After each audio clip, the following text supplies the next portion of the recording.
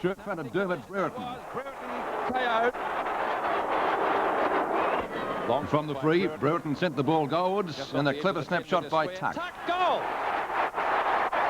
Another long hand pass. 7 minutes into the quarter, Wallace handballs to Lester Smith, who squeezes a goal through for the Hawks. A hand pass back to Lester Smith at half forward. His kick is up towards the goals. It's a good kick. It's a goal. Oh, the halfback flank has kicked the goal. Punched away. A minute later, Tuck made it number 2. Already kicked one goal. Ramsey goes down. Was he pushing the back? As a chance for a goal. It'll be Tucky kicking his second. Yes, another goal. Hand pass coming. 17 minutes in, Wallace gets the ball to Green, onto McCarthy, who handballs to Matthews for the Hawks' 6th. There's a go for a goal for Matthews for McCarthy. He's got it. That's goal number 6. Gone for sure. Hawthorn leading by 38 points, but North came back at the 22-minute mark. Ryan to Crocker, onto Phil Cracker. Ball to come back from Cracker. Cracker's got it now. It'll be a goal from Phil Cracker. Beautiful play on the part of Crocker. Another one over to Green. Hawks again. Green looking for Matthews, and the skipper doesn't let him down. Coming out the metres. McCann. This was giving Matthews a chance. He snaps it. Goal. It looks good. It is a goal. What a goal. What a beautiful goal on the part of Matthews. Second quarter action now. And Green again, putting Hawthorn 19 points in front. Half forward. He could score a goal here. He lets fly, and it's a goal. So they go back into 19 points in front. He's only early on. Ross Glendinning kept the Roos in touch with 3 handy goals from centre half forward. Goals like that, Ross Glendinning. He put that one through. Short at the 22.5-minute mark, Brereton onto Matthews, his 3rd. Matthews. Hodgman's just about got him. Lovely Shepherd. Matthews goals and answers. Knocked on beautifully. Towards the end of the quarter, North kept coming back, and this time through the determination of Phil Cracker. Coming into meet it is Morris. He goes down as he tripped. The umpire said no. Phil Cracker with a snappered goal, and he's put it through. Oh, there was nearly a trip to Morris that time, but the umpire said no. Off the edge of the into the 3rd quarter now, and a screamer to Donald McDonald. Oh, I'll say it was one with a lot, Pete. Got it on the half volley. That deserved a goal, but he got only a point. Larkin this time onto Coop. Coop out there on the... Coop gets it back, and a great goal to North. A hand pass back over to German. Back it goes again to Coop. A running shot at goal. It should get one. It has. Great goal. Great play on the part of Coop that time. Through Hodgman at the 16.5-minute mark, North got within 8 points. Tuck again. Out comes Hodgman. Long shot at goal. And he's put it through. His first goal. North looking the goods at the moment. 11-6-72. They only trail by 8 points. 12-8-80. Time on period now, and the first game at Darren Crocker gets the ball out to Demetriou, who handballs to German. Crocker, back it goes now to German. He's got another chance to rectify that last kick. That's a better one. It's a goal. That's his first. And one of the screamers of the day, Crocker, number 49. Oh, Crocker! What? Well, there it was at 3-quarter time. 6 points the difference in favour of Hawthorn. The stage was set for a thrilling final quarter of football. We'll be back with that on Sevens Big League after this break.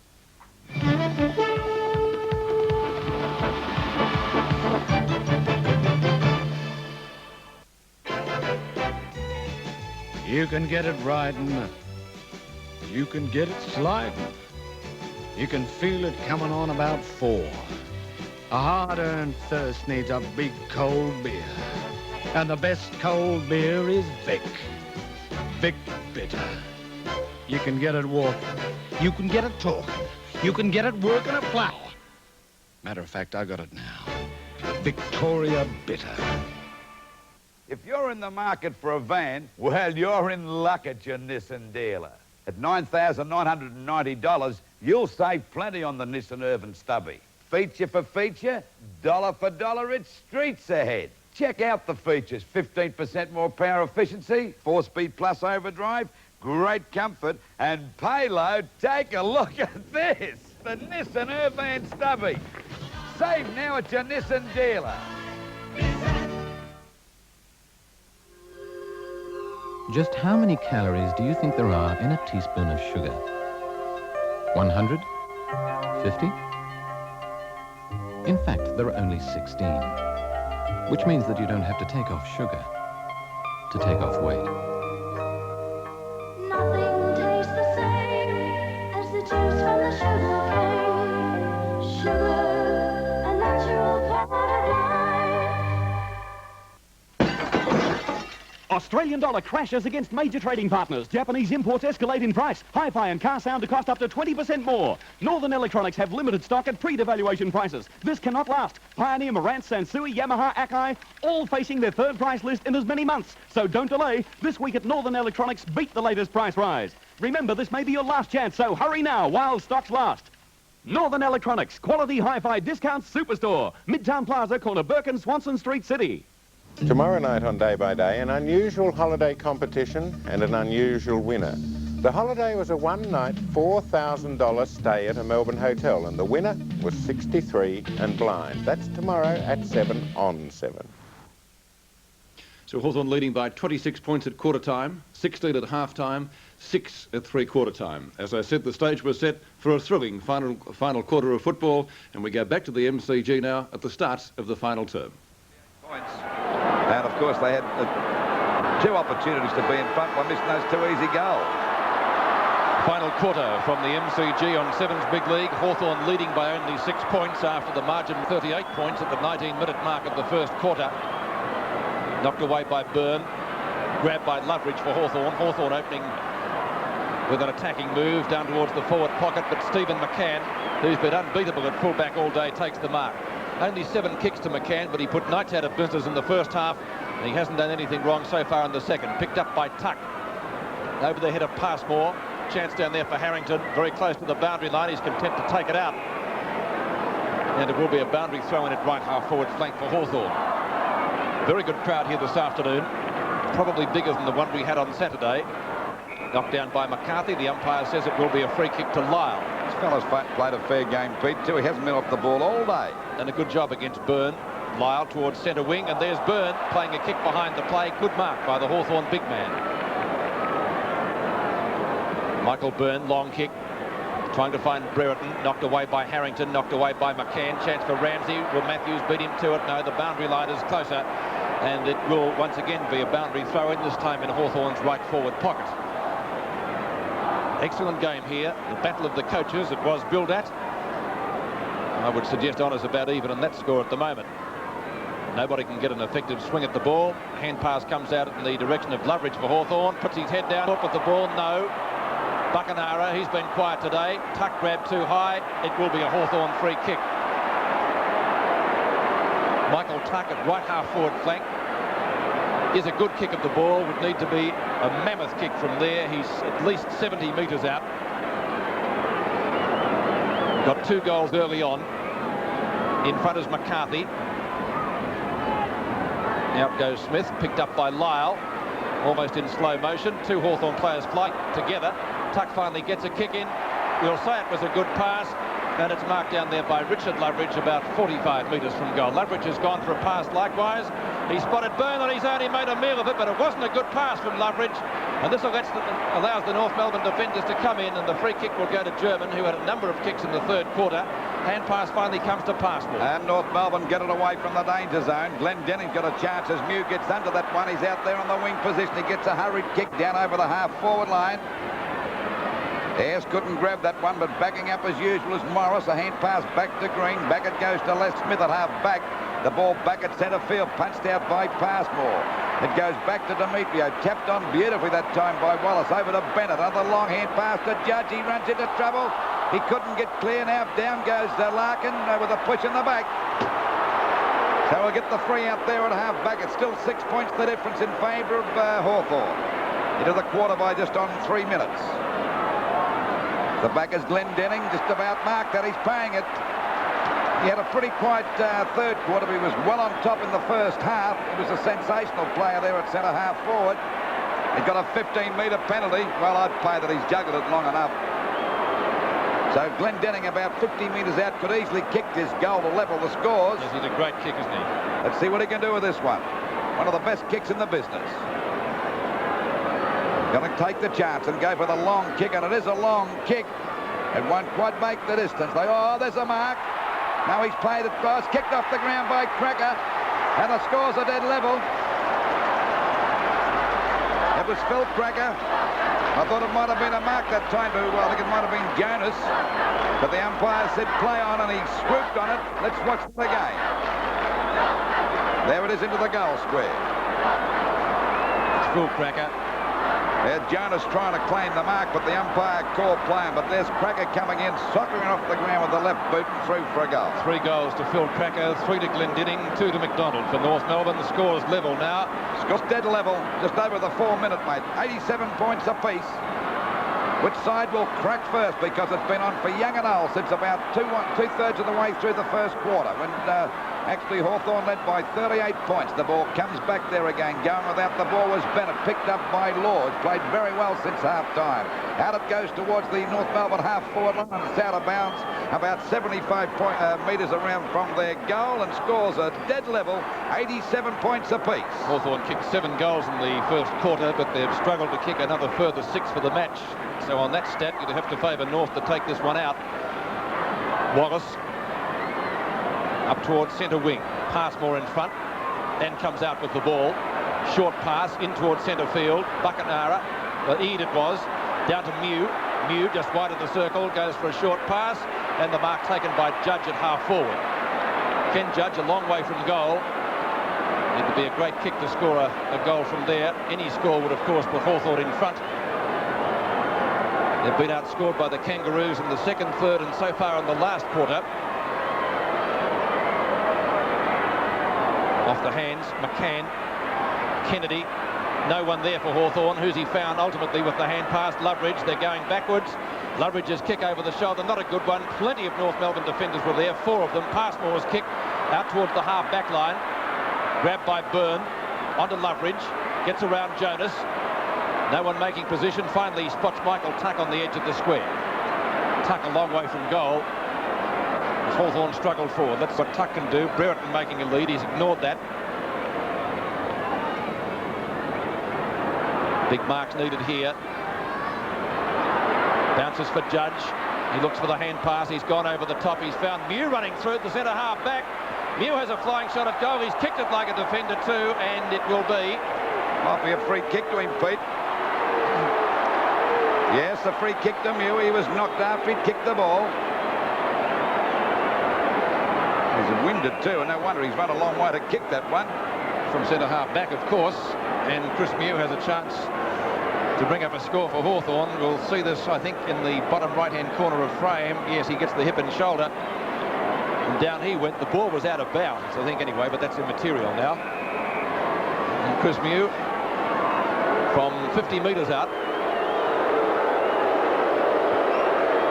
That one's not much better. And rushed through, I think, for 1 point. Yes, Hawthorn lead by that margin. 1 point, nearly 7 minutes gone. 1 point the difference. Into the quarter by 7 minutes as the ball comes out there and marked here by Larkin in the back pocket for North Melbourne. Well, it's been a good recovery by North because they did trail by 38 points in that first quarter. They all flew for that one. Bennett tries to get it out. He's Grabby actually threw that one out. It comes back here to Coop. Down he goes. Picked up by Tuck. Over it goes to Buckenara. He cops McKenna. Couldn't pick it up. In goes Larkin again. No, Smith it was. Back to McCann. Back it goes now to German. Over to Larkin. A long hand pass coming back here to Coop. Coop out there on the wing position. Looks for a lead to centre half forward. Players position themselves. Going into meet it is Mew. A good hand pass that time out there to Green. He's always ever ready. He gives a hand pass over to Wallace. Wallace back to Morris. Morris gets rid of it quickly as the ball comes back there now. And the big fella's got it. A hand pass from Lyle. Over it goes to German. Back to Demetrio. A long one out wide to Crocker, but he's too slow. They've collared him. He goes down. Kicked off the ground by Demetrio. Down goes Lester Smith, and the ball will go out of bounds on the centre wing position up towards North Melbourne's half-forward line. Both sides coming unstuck there with handball. Well, both sides putting plenty of pressure on each other because it's a tough game. Knocked out by Lyle. Beats goes through Bennett's legs that time. Ball tapped on by Tuck, and the umpire will ball it up towards North Melbourne's half-forward line, about 75 metres out from their goal, and they're trailing by a point. 88 Hawthorn to North Melbourne 87. Punched out by the big fella Byrne. Grabbed by Law. A high kick back towards Glendinning and Mew. Tapped on by Mew. Ayres is grabbed. Going after him now is Phil Cracker. Gives it to his brother brilliantly. Has a chance for a goal. He fires. Now it might be McDonald to mark. Is that interference? And the ball is out of bounds. Good spoiling tactics that time by Langford, and the ball out of bounds in the forward pocket. By golly, talk about whizzing that ball for a hand pass. Look at this hand pass. Bang, over to Jimmy from Phil. Ball comes back now to Hodgman. A hurried kick. It's smothered by Ayres. He gets the ball out wide. Larkin's out there coming into metre 2 with him. His judge taps the ball and he's beaten 2 of them out there. Hooks the ball back there towards Big McCarthy. Should mark this, he does. Late on the scene was Pascoe. He's out there on the centre wing position with a point the difference. Short pass. Green left unattended. He gives a hand pass over to Loveridge. It's a bad one. Knocked away by Cracker. That's Phil Cracker.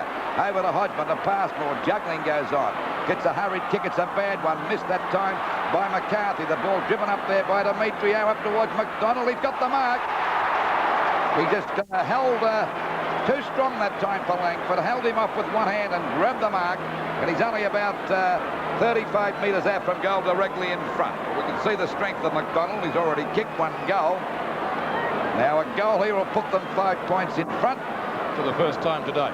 Yes, Pete, and a point, of course, will make the difference level again. It's not bad, the difference level again. He missed an easy one before, but he hasn't missed that one. It's a goal, and North Melbourne have hit the front. For the first time. North Melbourne 14-9-93 to Hawthorn 13-10-88.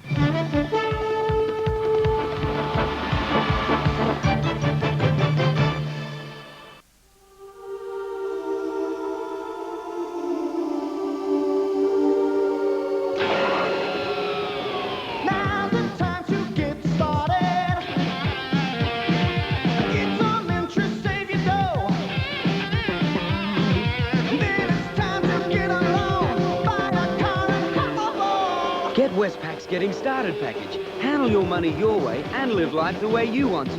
Get started at Westpac, the bank. Family size Hoover Elite 900 has a stainless steel wash bowl. Its competitor does not. That's why Hoover is ahead of the rest. Oh, H is for my husky throat. And always Yeah, she needs help, mate. She needs your honey brush. Good idea. Miss? It's the soothing natural honey and Vicks medications in Vicks Honey Fresh Throat Drops. Oh, H is for them honey fresh flavor and the drops me to you. Vicks medicated throat drops. Taste good, do good.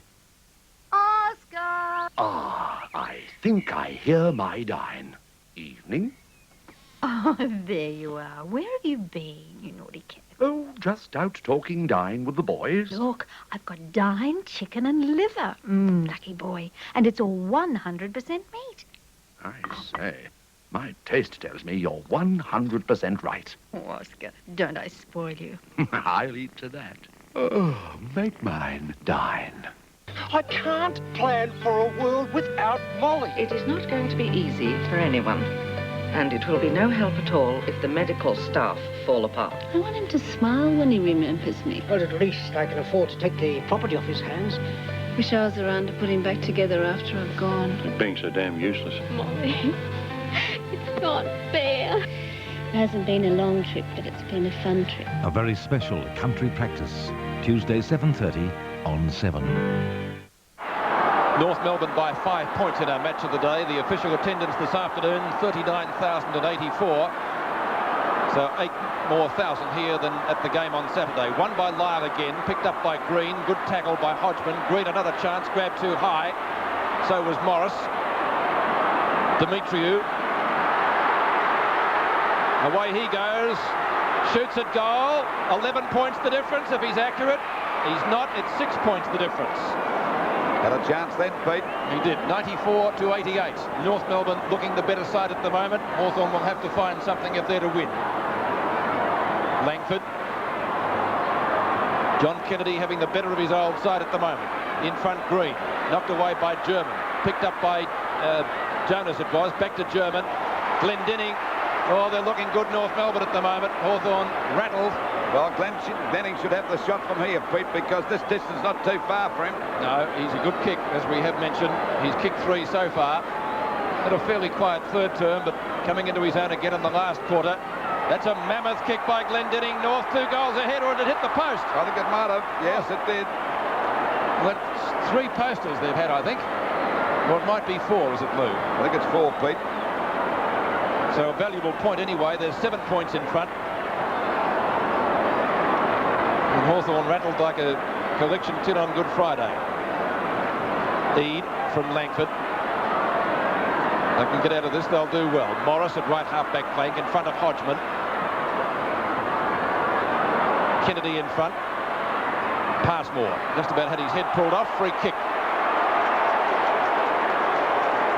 Passmore to take the free kick, a little bit short of centre wing. Had a solid game too, Pete. Yes, he has. Jonas. Free kick to North. Lyle to take the free kick. Lyle at left centre wing. Short pass, not a good one. Chipping in for Hawthorn is Eade. Morris. In trouble, still in trouble. Eade, missed by Lester Smith. Wallace. Back to Eade. Eade's kick up towards centre field. He's kicked it straight to Kim Hodgman, who says thanks very much. Hodgman at centre field to put North Melbourne back into attack again, and they have been into attack pretty well right throughout the last so far. Hawthorn yet to score a goal. They've only scored 1 point, and that was rushed, I think, from memory. Larkin to Crocker. Not a good hand pass. Picked up by Tuck. Tuck in turn back to centre field. Kicked it straight to, that's Ramsey. And Ramsey takes the solid grab. And North Melbourne ready to go deep into attack again. They're in front by 7 points. 13.5 minutes gone of this last quarter. Up it goes. McDonald couldn't get that one. Good play by Langford. McDonald having a fight there with his mate Coop. Now he's clear. Hooks the ball back there towards Cracker and Tuck. The ball hits the deck. Round about the centre half foot. Oh, Mew was tackled. Couldn't get clear. Great tackle that time by Crocker. And the umpire will ball it up about 30 metres out from the North Melbourne goal. They're 14-11-95 to Hawthorn 13-10-88. And this has been a rip-roaring game today. Knocked out by Langford. Loveridge goes after. Ran into Bennett. He ran into Cracker. He couldn't get clear. Wallace's kick is smothered. It comes back now to Morris. His kick is back towards the centre of the ground. Lyle couldn't mark that one. Down goes Wallace and Coop. Coop's there first, and the umpire will ball it up at centre half forward for North Melbourne. This is real pressure football by both sides as North Melbourne leads by 7 points as we approach the 14.5-minute mark of this last quarter. Knocked out by Lyle. Cracker tries to get rid of that one. It's Jimmy Cracker's Tuck coming out, but he's collared. Umpire called play. Well, they all stood there. Loveridge drives the ball back off the top of the pack. Coming out to meet it now is Smith. It won't bounce right. Good play by Burton. Sockets it off the ground out towards the forward pocket. A race for the ball between Byrne and McCann, but it beats them both. But at least it's only about 45 to 50 metres around from the Hawthorn goal. Just on the 15-minute mark, North Melbourne still leading by 7 points after trailing by 38 in that first quarter. Knocked out by McCann. Hodgman threads his way through the pack. He's collared, can't get clear, and the umpire will ball it up still about 45 metres out from the Hawthorn goal. Well, this big crowd of nearly 40,000 have enjoyed every moment of this match. There's no doubt about it. North Melbourne playing on the MCG. Certainly, I'd get a bigger credit than they would their own ground. As the ball's kicked back towards Judge, he's got it. Well, there he is, right on the line there in between the goal and point posts, and has a chance to score a goal. To put it, make the difference only a point. Possible angle. Got the mark. I should imagine he'll try and run around and kick this with his left. He's going to go for the banana kick, I should imagine. See whether the Judge can kick his second goal. There it is. He has. I think he's put that through for a goal, so it's only a point the difference. Hawthorn bouncing back as we approach the 16-minute mark of this, the last quarter. 14-11-95 North Melbourne to Hawthorn 14-10-94. What a game. Well, that was Hawthorn's third goal after half-time and their first of the final quarter. Good mark, and from an impossible angle, Ken Judge was able to put it through with a banana kick. A point in it once more. 95-94, North by a point, 16 minutes gone, final term. That was Judge's second. He started on interchange bench. Knocked away by McCarthy. Can Hawthorn get it out of the centre? Bennett gets one on the back, off the ground from McCarthy. Brereton at half forward in front of Harrington. So a slice of luck there for the Hawks. Brereton has had limited opportunities today. And again, many Hawthorn forwards we could say the same about. He has kicked 2 goals though, Brereton. That one is also a goal, I think. A miraculous kick. Great kick by Dermot Brereton. That really was a superb kick at the ball. And Hawthorn now lead by 5 points. 15-10-100 to 14-11-95. Well, that's the beauty of having Brereton on your side, because he's one of those sort of players that can lift himself to the big occasion. This is a magnificent goal kicked by Brereton from about 55 metres out. Well, 2 quick goals to Hawthorn, and they're back in front just when North Melbourne looked as though they were going to run away, but there's plenty of time left yet. 17 minutes gone. Hawthorn by 5 points on Sevens Big League. It's a thriller in our match of the day. Knocked down, picked up for North Melbourne by Coop. Coop the half forward, Tuck, got a hand to it. 7th goal by Hodgman. North back in front. Oh, what a game. A point in it. And Hodgman says, yeah, well, a bit of that as well, but he kicked it. Great play on the part of Phil Cracker that time, Pete. Spotted Hodgman and tapped it out to him. He's got an easy run into the goal. You watch Coop get the ball down. Ball down there. It's up to the hands of Tuck. In goes Cracker. Tapped it over as he was off balance. And, of course, an easy goal kicked there by Hodgman. 4 quick goals kicked in the final term. In the last couple of minutes, North Melbourne by a point as we approach the 18-minute mark. A point the difference, the centre bounce. Can Hawthorn come back as it comes out in out of Jonas? Jonas going after it. The ball tapped on again by Jonas. Down towards centre half forward, he's still going. Down goes Tuck, tries to get hand pass to Wallace. A hand pass out wide to Heed at half back, and Hawthorn bouncing back to get that point difference. Matthews couldn't pick it up. He's got a chance the second time he goes down, but he taps it on. Coming out to meet it now is Loveridge. He can't pick it up either. He's grabbed there by Law. A chance for Smith. It's a free kick, the umpire said. He was grabbed too high, so the free kick going to Loveridge out there at half forward. A point the difference in favour of North Melbourne. Just on the 8.5-minute mark of this last quarter. The kick off the side of the boot. Matthews has got it. Outmanoeuvred Ramsey that time. Gave him a bit of a bump. Now Matthews would be 50 metres out from goal. He's already kicked 3. Beautiful bit of play on the part of Matthews. And a good mark taken there by Kennedy. So Kennedy dead in front from about 30 metres out. And there's the pass. Spotted him all the way. John Kennedy Sr. would have mixed feelings watching his son kick at goal, wouldn't he now? Certainly would. He'd hope he'd miss it. There's the kick by Kennedy. He's got it. So they've hit the front again. That's goal number 2 to Kennedy, and Hawthorn have hit the front. 16-10, 106 for North Melbourne. 15-11, 101. Well, it's still anybody's game, Pete. We've got plenty of time. 19.5 minutes gone as we watch Matthews go for that pass. He could have easily gone for the long kick, but he spotted Kennedy. And Harrington late on the scene and gave Kennedy an easy go of that mark. 5 points in favour of Hawthorn. 19 3/4 minutes elapsed. 5 points the difference. Can North Melbourne come back again? Knocked out by Byrne, grabbed by Loveridge, who's lifted his games in this last quarter. Punched on by Passmore. Passmore and Judge go after. Bounces back for Passmore. Spins out of the pack. Boots it out towards the wing position. Jonas has got one on the back that time from Morris, and he'll take the free kick. Not wasting any time. It could be a 15-metre penalty. Yes, it is. This brings him down towards the half-forward line, but he quickly plays on. Boots the ball down there looking for Hodgman, but it beats him. It's out of bounds. It'll be a penalty free kick down there to Tuck. We're just on the 20.5-minute mark. It's still 5 points the difference in favour of Hawthorn. The Hawthorn veteran Michael Tuck, who got his 2 goals in the first quarter, will take that free kick at right half-back flank. Next goal will be crucial to the fortunes of either side. If Hawthorn can get it, they'd be almost there, would they? If North can get it, well, they've got the game running a moment. A push out, yes. Yeah, the Passmore, Pete. Technical, but correct. As I said before, he's played a fair game, this kid. Yes, he's done well. What we've seen of him, I certainly like. 4 North Melbourne players are there, and it must be a North Melbourne marker. One of them, it's Glendinning, I think, yes. And he could, he's well within kicking distance. He's only 30 metres out, and so North will be back in front if he can go. And that will mean the lead will have changed, 5 times in the last quarter. After Hawthorn had led all day. Ross Glendinning for goal number 4. Goal umpire hasn't moved. It's a goal. North in front again. Oh, what a game this is, Pete. Great play on the part of Glendinning. That's big occasion football, Pete. Just as Barrett kicked that last goal before for Hawthorn. 4 goals to Glendinning. He becomes the leading goal kicker in the match now. He has 4. Phil Cracker 3. McDonald 3 for North Melbourne, and Hodgman has 2. John Kennedy would be a little bit happier now. 21.5 minutes have gone. His side is in front by only 1 point. Can Hawthorn come back? North Melbourne looking the goods though. Knocked down by Byrne. Picked up by Kennedy. Wild hand pass. 3 North Melbourne players are there. It's left to Smith. A towering punt kick to half forward. Mew over the top of Glendinning. It rebounds to Jonas.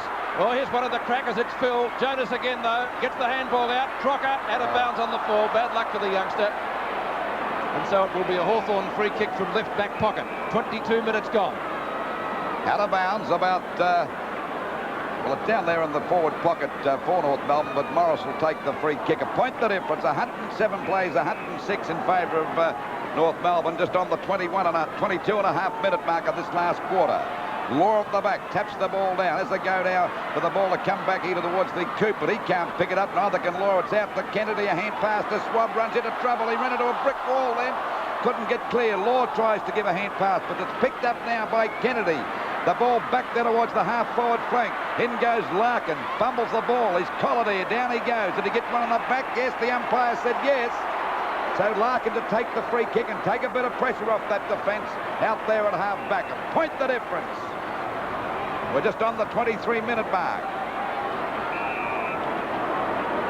Cutting on Larkin, just kicked that ball around. He's gone for a short pass. Oh, it's dangerous. Demetrio couldn't mark that, but at least he saved or stopped the Hawthorn swab from getting clear, and the ball is out of bounds. Larkin should have gone for the long kick in that position. Lyle against Burr. They've had a great battle here today, these two. Knocked out by Lyle over to Wallace. Wallace hooks the ball back towards the forward pocket, but it beats them on, and it's out of bounds about 55 metres around from the Hawthorn goal. They're trailing by a point as we approach the 23.5-minute mark of this last quarter. 107 plays, 106. Ball back into play again. Knocked out by Lyle. Grabbed by Bennett, a fresh air shot. This allows Coop to get clear of his opponent. He's around the boundary line. He decides to go for a long kick up there towards the half-forward line. Has a go for Glendenning. It won't bounce right. It comes back there to Mew. His kick is hooked back towards the centre of the ground. Cracker overruns the ball. Pushed on by Demetrio. Wallace fumbles, but he gets a hand pass out to Loveridge, and he's clear. He goes for a pass. It was smothered a bit. Out it comes to Brewer, but right on his tail is Harrington. Down he goes. He's got him collared. What's the result? Umpire's letting it go on. Good play by Harrington. Strong plays. He gets the ball back, but Loveridge wants the game. And he's played a great last quarter, this little fella. He's had about 6 or 7 possessions so far. So Loveridge out there at half-forward, a point the difference in favour of North Melbourne. The ball back up there towards the full forward position. No one can take the mark. Coming in to meet it is pass ball. Kicked off there and out towards Kennedy's. Collared by Phil Crack on the umpire said it's holding the ball against him. And look, the North fans, they're going mad. Well tackled, Phil Cracker. A point the difference as we approach the 25-minute mark of this, the last quarter. Can North Melbourne hang on? Picked up by Law.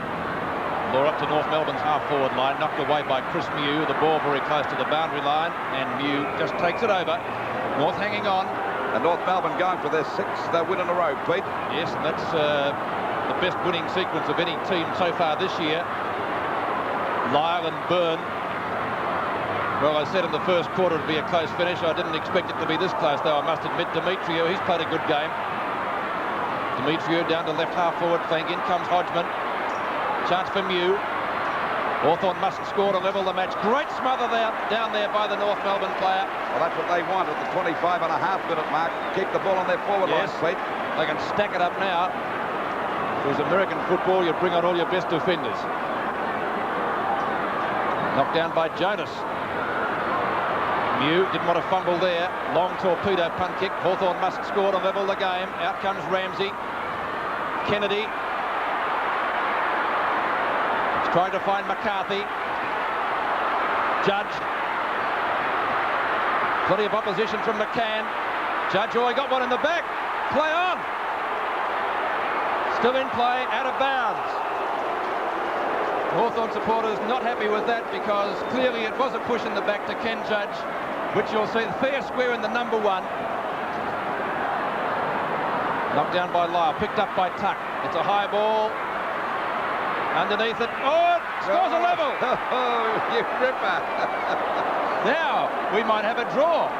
16-11 apiece. Well, it'd be a great result. It would. Yes, I think everybody would go home happy there because it has been a crackerjack game of football. And it's always a shame to see a loser in a game like this. Matthews, knock on. Kennedy, fumbles. Umpire almost blew his whistle there for a ball up. He will now at the 26 3/4 minute mark. About a minute and a half left for play. Ball up on Hawthorn's half-forward line. Hawthorn's chance. Matthews and Ramsey. Matthews caught, dragged to the ground.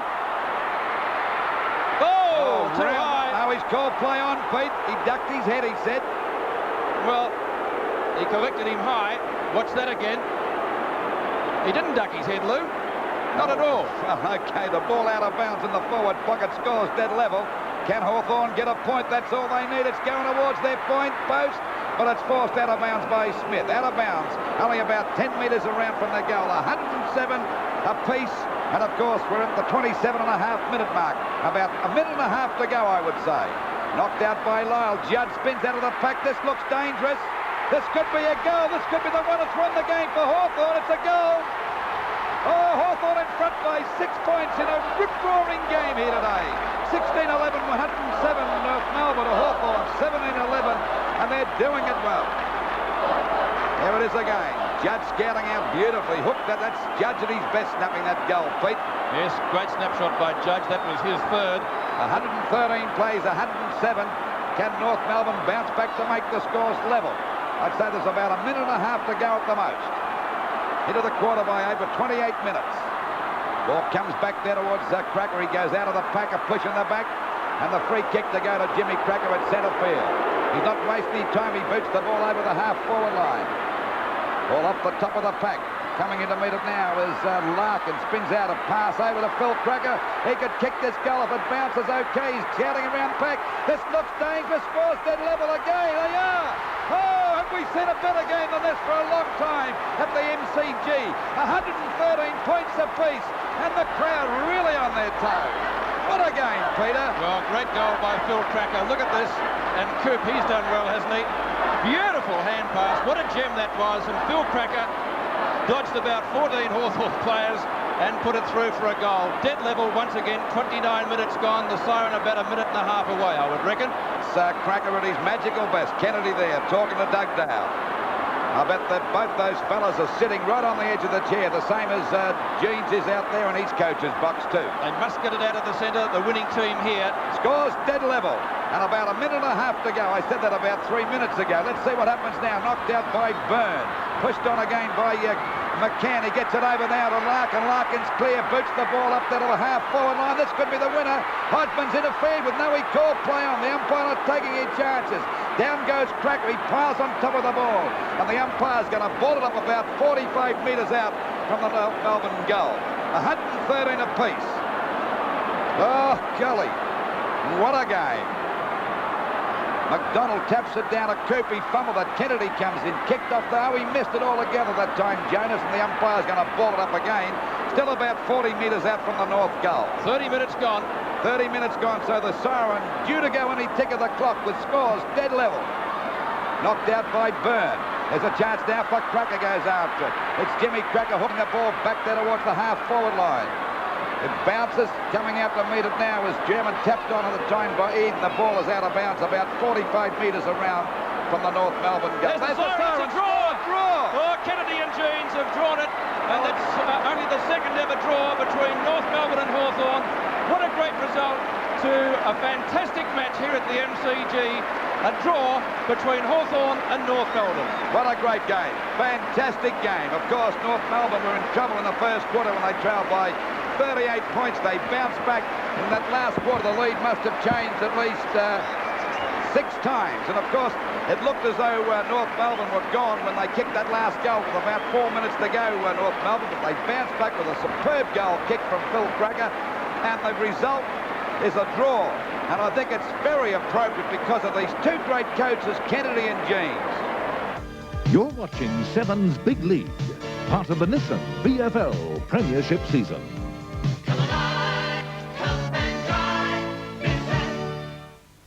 Great finish, and today's tie at the MCG ending the longest ever span of VFL matches without a draw. The last draw occurred in round 1 of the 1982 season when Carlton drew with Fitzroy at Princes Park. Also, for trivia fans, when it was 113 points each. And 468 matches have been played since then, beating the previous longest sequence of 401 matches without a draw, and that was between, can you remember it, 1939 and 1943. Let's check the stats on the game now, and predictably these turned out fairly even as well. North Melbourne had 3 more kicks, 4 more marks, 10 more free kicks. Hawthorn had 14 more hand passes, 5 more hit-outs and 3 more shots at goals. After the match, I went to the Hawthorn rooms first of all and spoke to their skipper Lee Matthews, who was disappointed that the Hawks only came out of it with 2 points. Oh, extremely disappointed, really. We've built up a pretty good percentage over the years, so 2 points for us really doesn't mean a thing.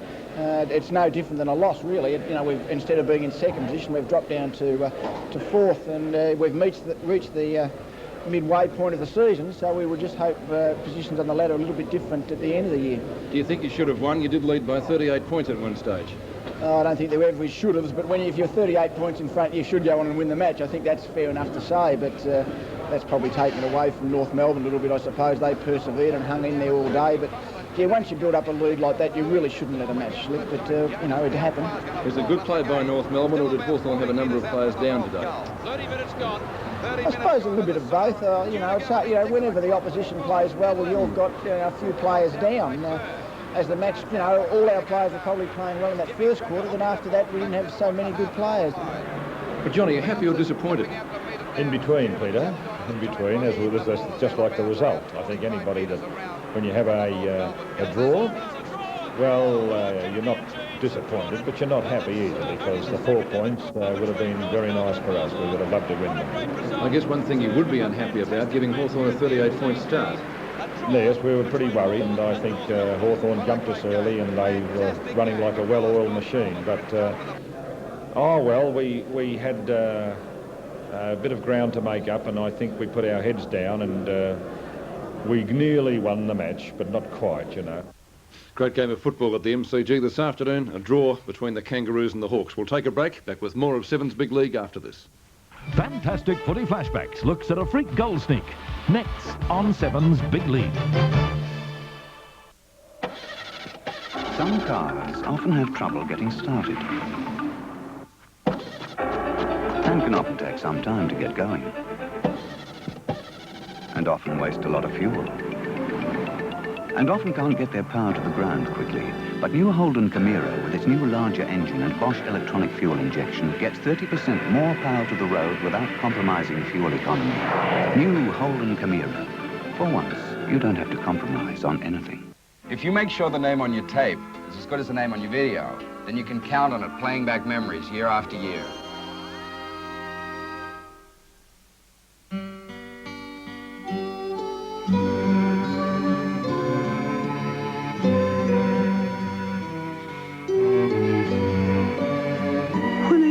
Comes a calling, it isn't his place to be bold and cheeky.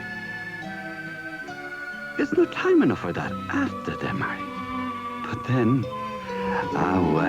there's always the Baileys. Sure as this Irish has fallen in love.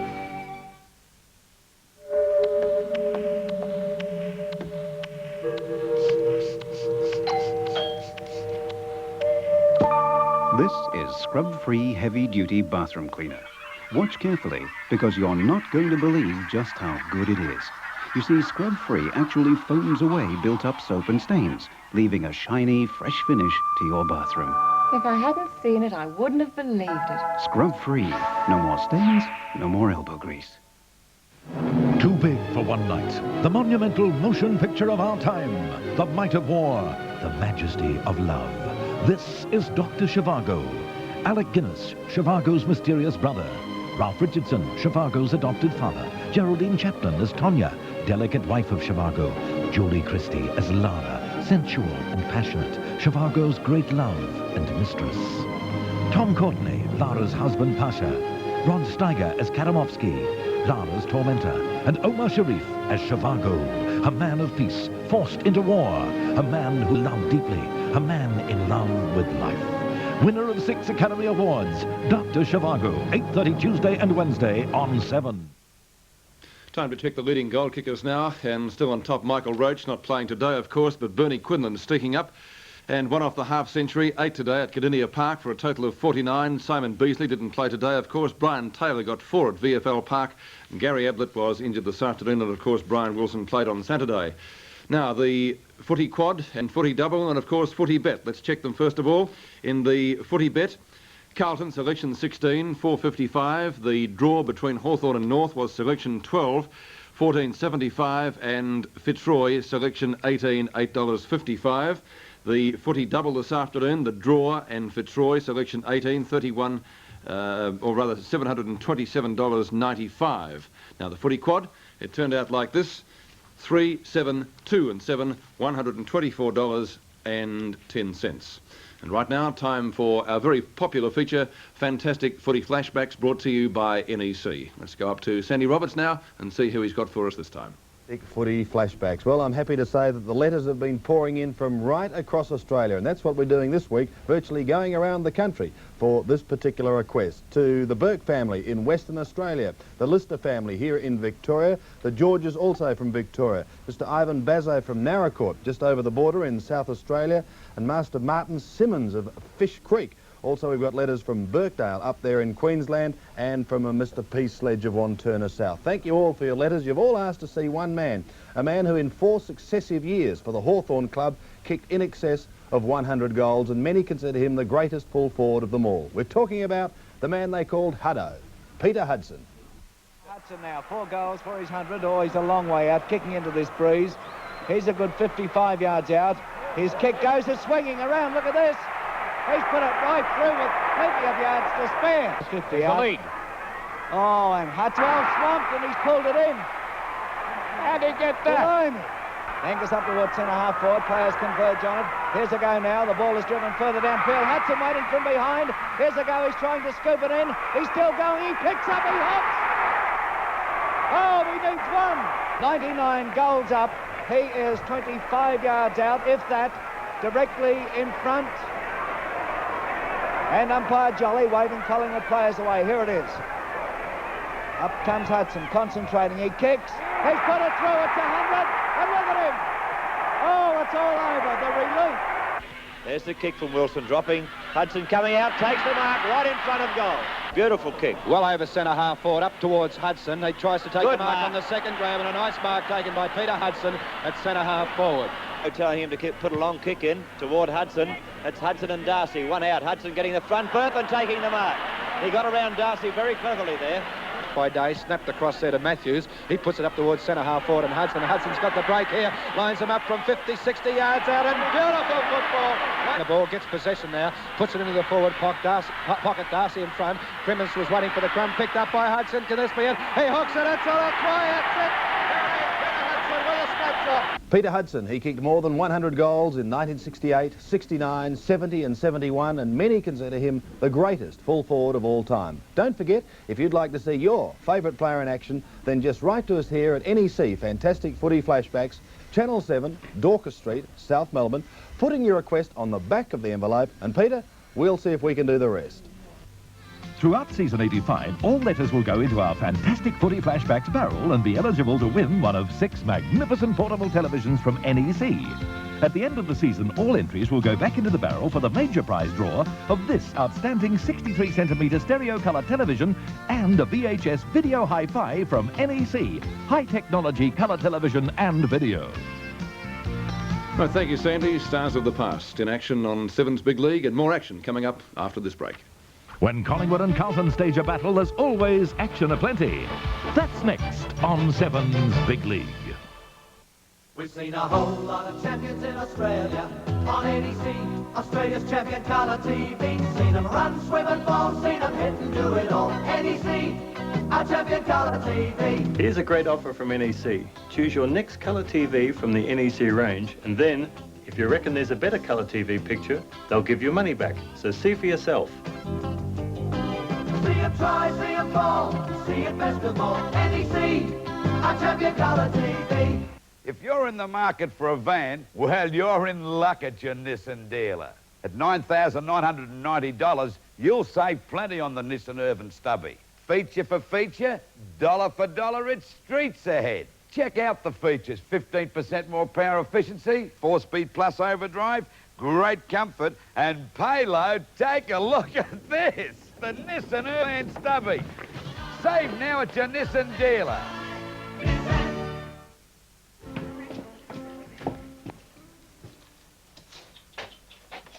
Who are you? Roderick, Master James, your great-uncle's butler. But he's been dead for over 30 years. So have I, sir. But your selection of port... What do you suggest? Penfolds Club port, sir. A smooth, mellow port of great character. Just like my uncle. Penfolds Club port. By comparison, other ports don't stand a ghost of a chance. Hello? Melissa, hold the line, love. Could you check it again? The problem, Okay. it has to be there, on time, or else. Let's check that. They said they'll be here in 10 minutes. You could hop on a plane and deliver it yourself. Or call Wards. Tell him it's with Wards. It'll be there. When you can't deliver it yourself, send it Wards Express. Best on the ground, best in the air. It's as good as there. They got it! Beauty. The Australian Broadcasting Tribunal will conduct a public hearing into an application for the renewal of the licence for HSV Channel 7 Melbourne and its translators.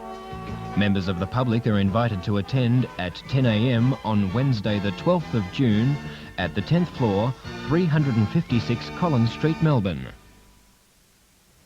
Well, irrespective of positions on the ladder or even in different form, it's hard to keep fans away from any Carlton-Collingwood match. And predictably, there was an excellent turnout, some 56,000 fans at VFL Park this afternoon for the clash of the league heavyweights. It's been a bad week for the Magpies. Lost to Fitzroy yesterday week at the cricket grounds, an annihilation by Hawthorn in the Foster's Cup, and a swag of injuries have severely dented morale at the club, while Carlton also put in a bad one last week against Hawthorn. Tonight, our replay begins at the 20-minute mark of the second quarter.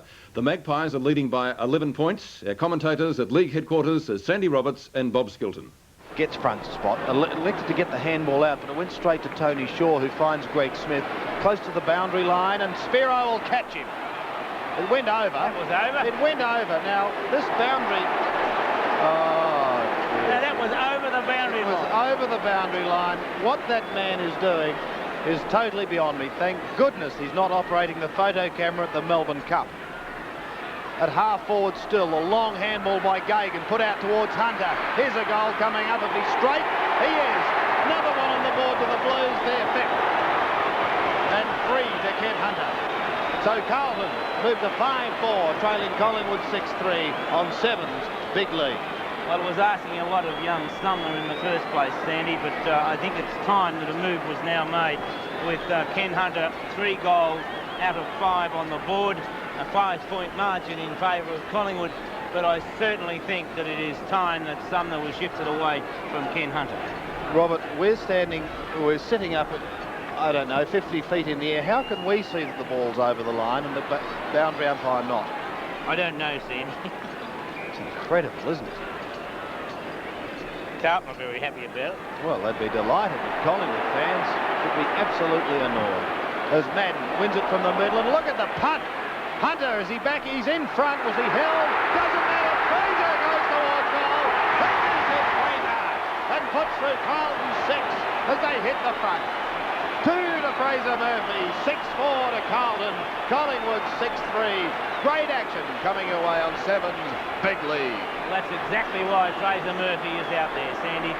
With Hunter in the front position, the ball had to be punched away from him. Murphy, realising that, was just streaming down the ground, just left Neville Shaw in his wake, and when Fraser Murphy is in full flight, it's almost impossible for them to be stopped. Matt back in the middle already, set to go again. Up against Wes Fellows.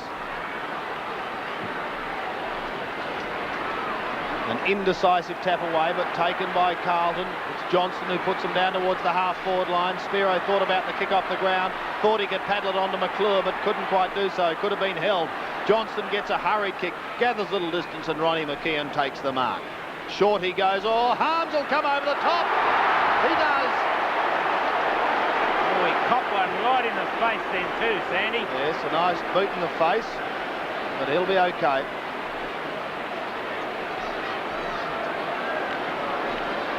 Eighth kick to Wayne Harms. I think he's done a hamstring too, Sandy. I think he might have done that a little bit earlier on when he seemed to falter. Fraser again puts out the pass, a little too low. Madden can't take it. Peter Rode can.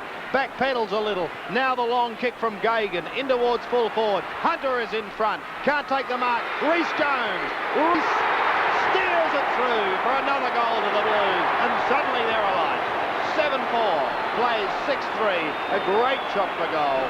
And great action on Sevens big league as Wayne Harms limps off with what appears to be a hamstring, and Alex Marcoux prepares to come on. I don't think we'll see Harms again. I think you'll probably find Gagan forced to go to the half-back flank.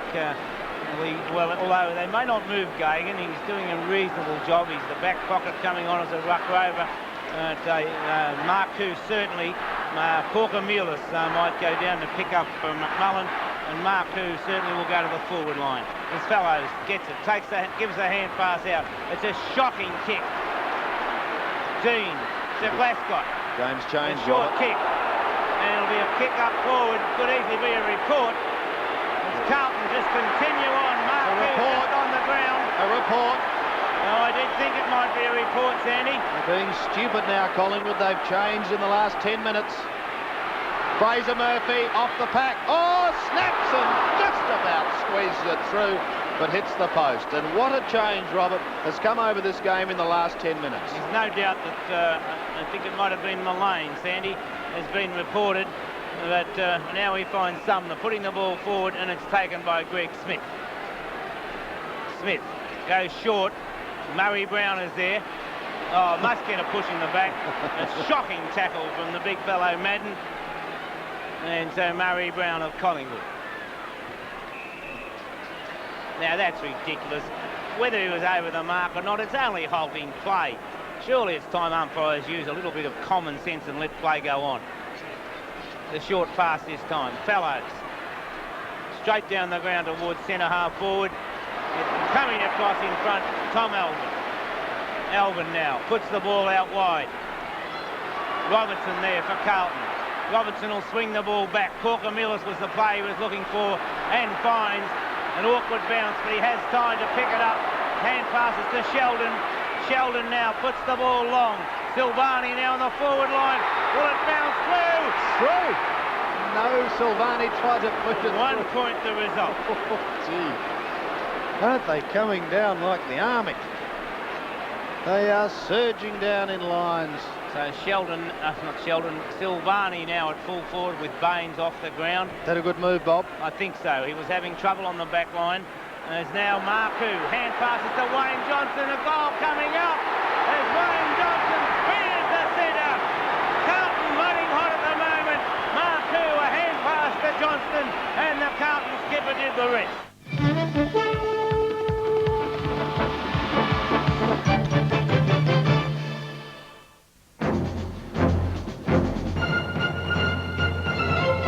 Good evening again, everyone. Tom Bennett with Newsbreak.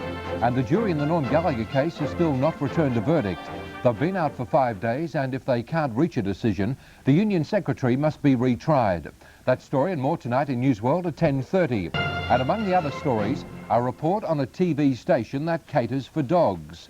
And Peter Donegan with a comprehensive roundup of today's sport. That's tonight after Sevens Big League. Join us then.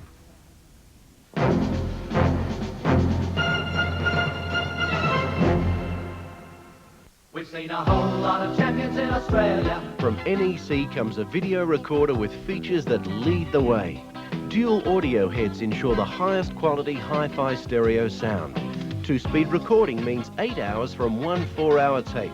And NEC's 4 tape heads give you perfect slow motion and freeze. Compare NEC's range at your retailer. Feature for feature, I reckon NEC's miles ahead. Australia's champion in video too.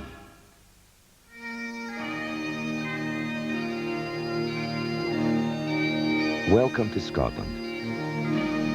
Here you will not be a stranger for long, for as you travel through our countryside or linger a while in our historic towns and villages, you will always be amongst friends.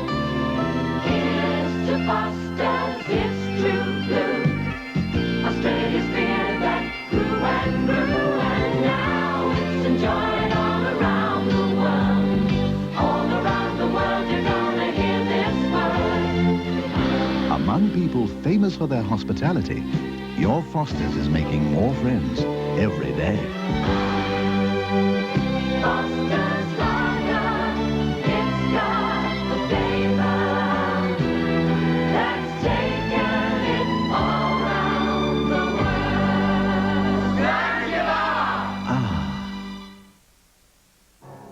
Dulux Solid Paint is so revolutionary you don't have to use drop sheets. It doesn't even come in a can. New Dulux Solid Vinyl Matte, the first solid paint. Ready to use in its own roller tray. It doesn't drip, so there's no mess and no splatter. Just a beautiful finish with a lot less messing about. It's a revolution in the way you transform your home. New Dulux Solid Vinyl Matte. When it comes to choosing a pain reliever, there's one product Australians trust more than any other. Panadol tablets from Winthrop.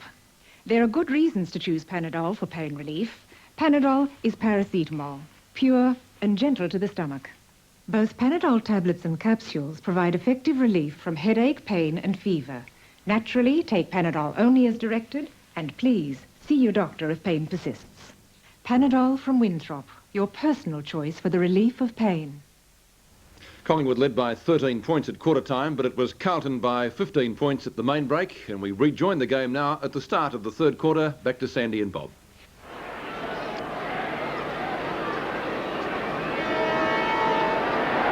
We go into what could well be the most important term of this game. It usually is the third at VFL Park. Collingwood trailing Carlton after an enormous struggle in the first half in front of this very, very big crowd. Peter Dean, half forward, Sandy. Yes, Pete next to Peter Dean. I noticed that as we go up towards Corker-Mealis. He's under plenty of pressure. Beers goes down. Johnston also for Carlton, and I think may pick up a free kick. It's a tackle too high. Young Dixon there putting a tackle against Wayne Johnson, and he'll take the free kick. So Johnston with the left foot. Kicks up towards half forward. Waiting down is Fraser Murphy. Always dangerous, but he gets too far underneath this. It's a high, difficult one to grab. And I think doing it extremely well. At the bottom of that pack is Mark McCormack. Gee, he's played a solid game. I always thought it was Peter McCormack. What did I say? Mark McCormack manages all those golfers. We see him every year in the Australian Masters. How quickly one forgets. Across it comes to Johnson. Johnson foots the ball forward, looking for McClure. Punched away by McKeown. McClure goes on after it. Can't quite handle it the first time. McKeown comes over the top with Silvani, and Silvani eventually sees the umpire say, give it to me and I'll bounce it in the forward pocket for Carlton. I should say that Mark would be delighted if he knew that I thought he was playing on the ball for one of these sides. Fellows takes it away, gives the hand pass to Neville Shaw. Beers takes it, loses it straight away. It's picked up by Corker-Mealis. He goes towards goal, and Spiro Corker-Mealis brings up an excellent goal for the Blues. What a handy one into the breeze. So Carlton move for 9-7, leading Collingwood 6-4 on Seven's big lead. A great start for Carlton after half-time, because Collingwood in this quarter are kicking with the aid of what I believe is a 3-goal breeze, and that takes Carlton to a 21-point lead. I thought it may have dropped, Bobby, in that second term, but what are your thoughts now? I still think it's a 3-goal breeze, Sandy. Yep. Okay, centre bounce once again. It's a bounce that favours Madden. Well, he wins it, and Wes Fellows does the roving work, and he goes long. But Taylor slips at the critical stage, and Austin is 6 metres in front of him. Fellows kicked it the wrong side, Sandy. Should have gone out. Taylor led one way, and Fellows kicked it the other. It was a short kick, comes from Austin. Picked up by Marcoux. A hand pass across to Glascott. He looks for Alvin. An awkward bounce for Murray Brown, but he recovers well.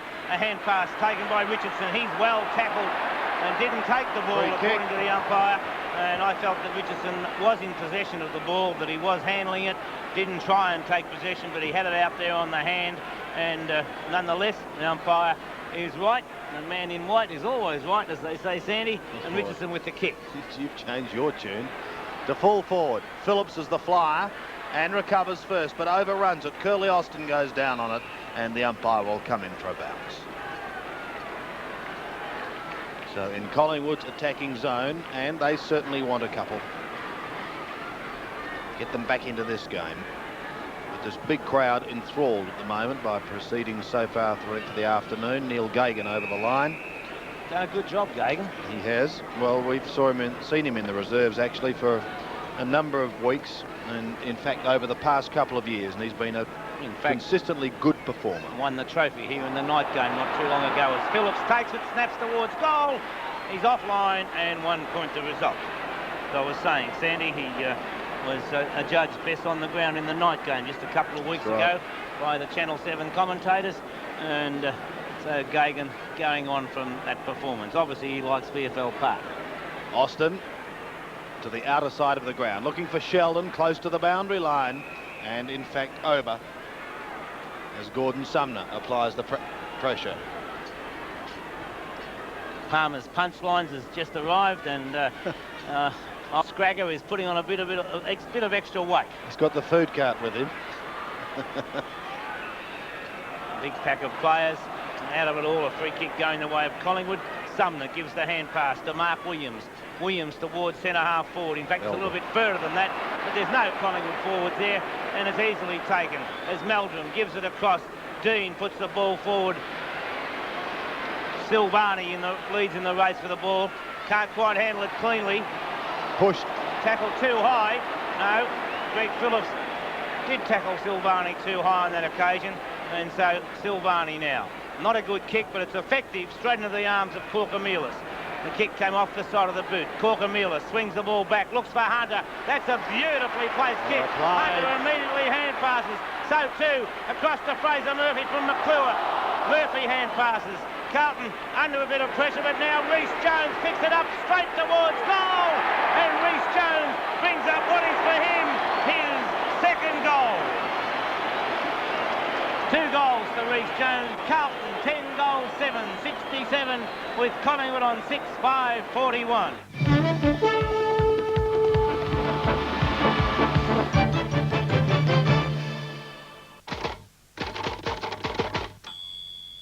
The Commodore, as it turns over 150,000 kilometres, will still be going as strong as the day you bought it. Terry Vine, the Melbourne Sun. You'll smile broadly every time you pull up at a Bowser. This is a car Australians can be proud of. Modern Motor magazine. The Commodore has more equipment, more comfort, more technology, and more value. Paul Higgins, syndicated motor writer.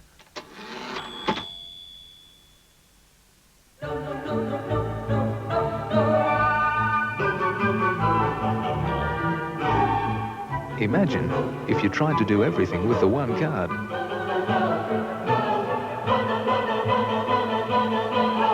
Now, there is a one-card way.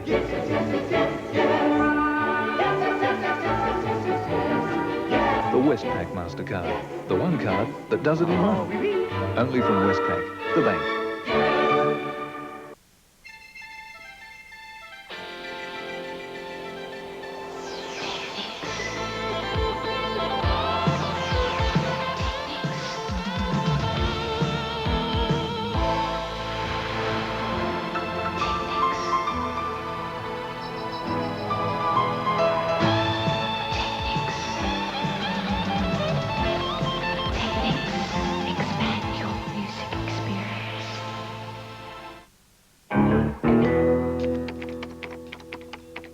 Excuse me, is that the revolutionary new ACI pink bat with the extra thermal layer? Looks great. How much more effective is it? So you're offering 10% more thermal resistance for the regular price? What have you called it? Pink Plus. That's brilliant. New Pink Plus. More bat for your buck. Thursday on Cagney and Lacey.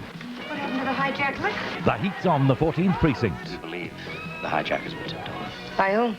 The leak, your squad. We approach it like we approach any other case. Motivation and opportunity. I want you to follow Lieutenant Samuel. I beg your pardon? I am an honest cop. I got problems. Friends and colleagues under investigation. If IAD were gunning for a friend of mine, I'd certainly try to let them know about it. Let's get back, huh? Emmy award-winning television. Cagney and Lacey, Thursday, 9:30. We're at the 18-minute mark now of the third quarter. It's 20 points in favour of Carlton. Floating one up towards that half-back flank.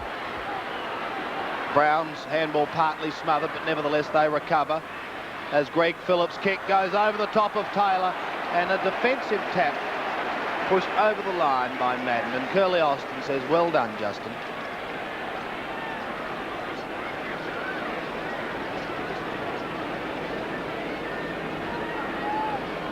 Oh, it's a shocking throw in. It gathers very little distance.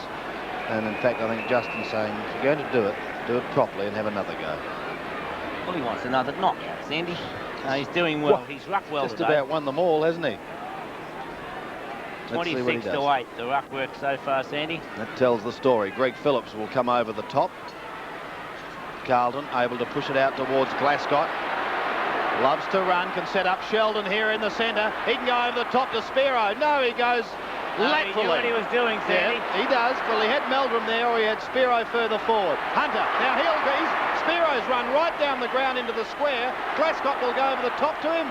No, he'll fire, and if he misses, Spiro will have him. He should have hand passed, Sandy. Oh, Corcomelis is not happy, and neither he should be. You could see it coming. Still, the point goes on the board, Robert. Point it is, as McKeon comes back into play. That's a glorious kick from McKeon. Reaches the wing almost. Sumner should have taken the mark, but he recovers well. Good play by Sumner as he swings it back towards centre wing. Banks couldn't quite get to it. Dean, who's proving an excellent player for Carlton, tackled too high, and Peter Dean, a real up-and-comer, Sandy. And so from centre wing. 11th kick, Bob. Dean towards half forward. Meldrum doing well for Carlton. And so Meldrum now goes short. Dixon tapped it on. Marcoux held when not in possession, close to the boundary line. Fraser Murphy runs the boundary, and there's pace for him. In fact, too much pace, but he recovers beautifully.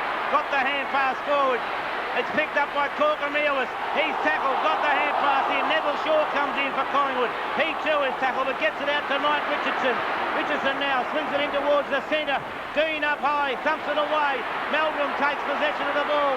Meldrum a high floating kick. Madden's there. Madden should take the mark. What? Can't take it. It's forced forward. Sumner gets the hand pass out. McCormick comes in.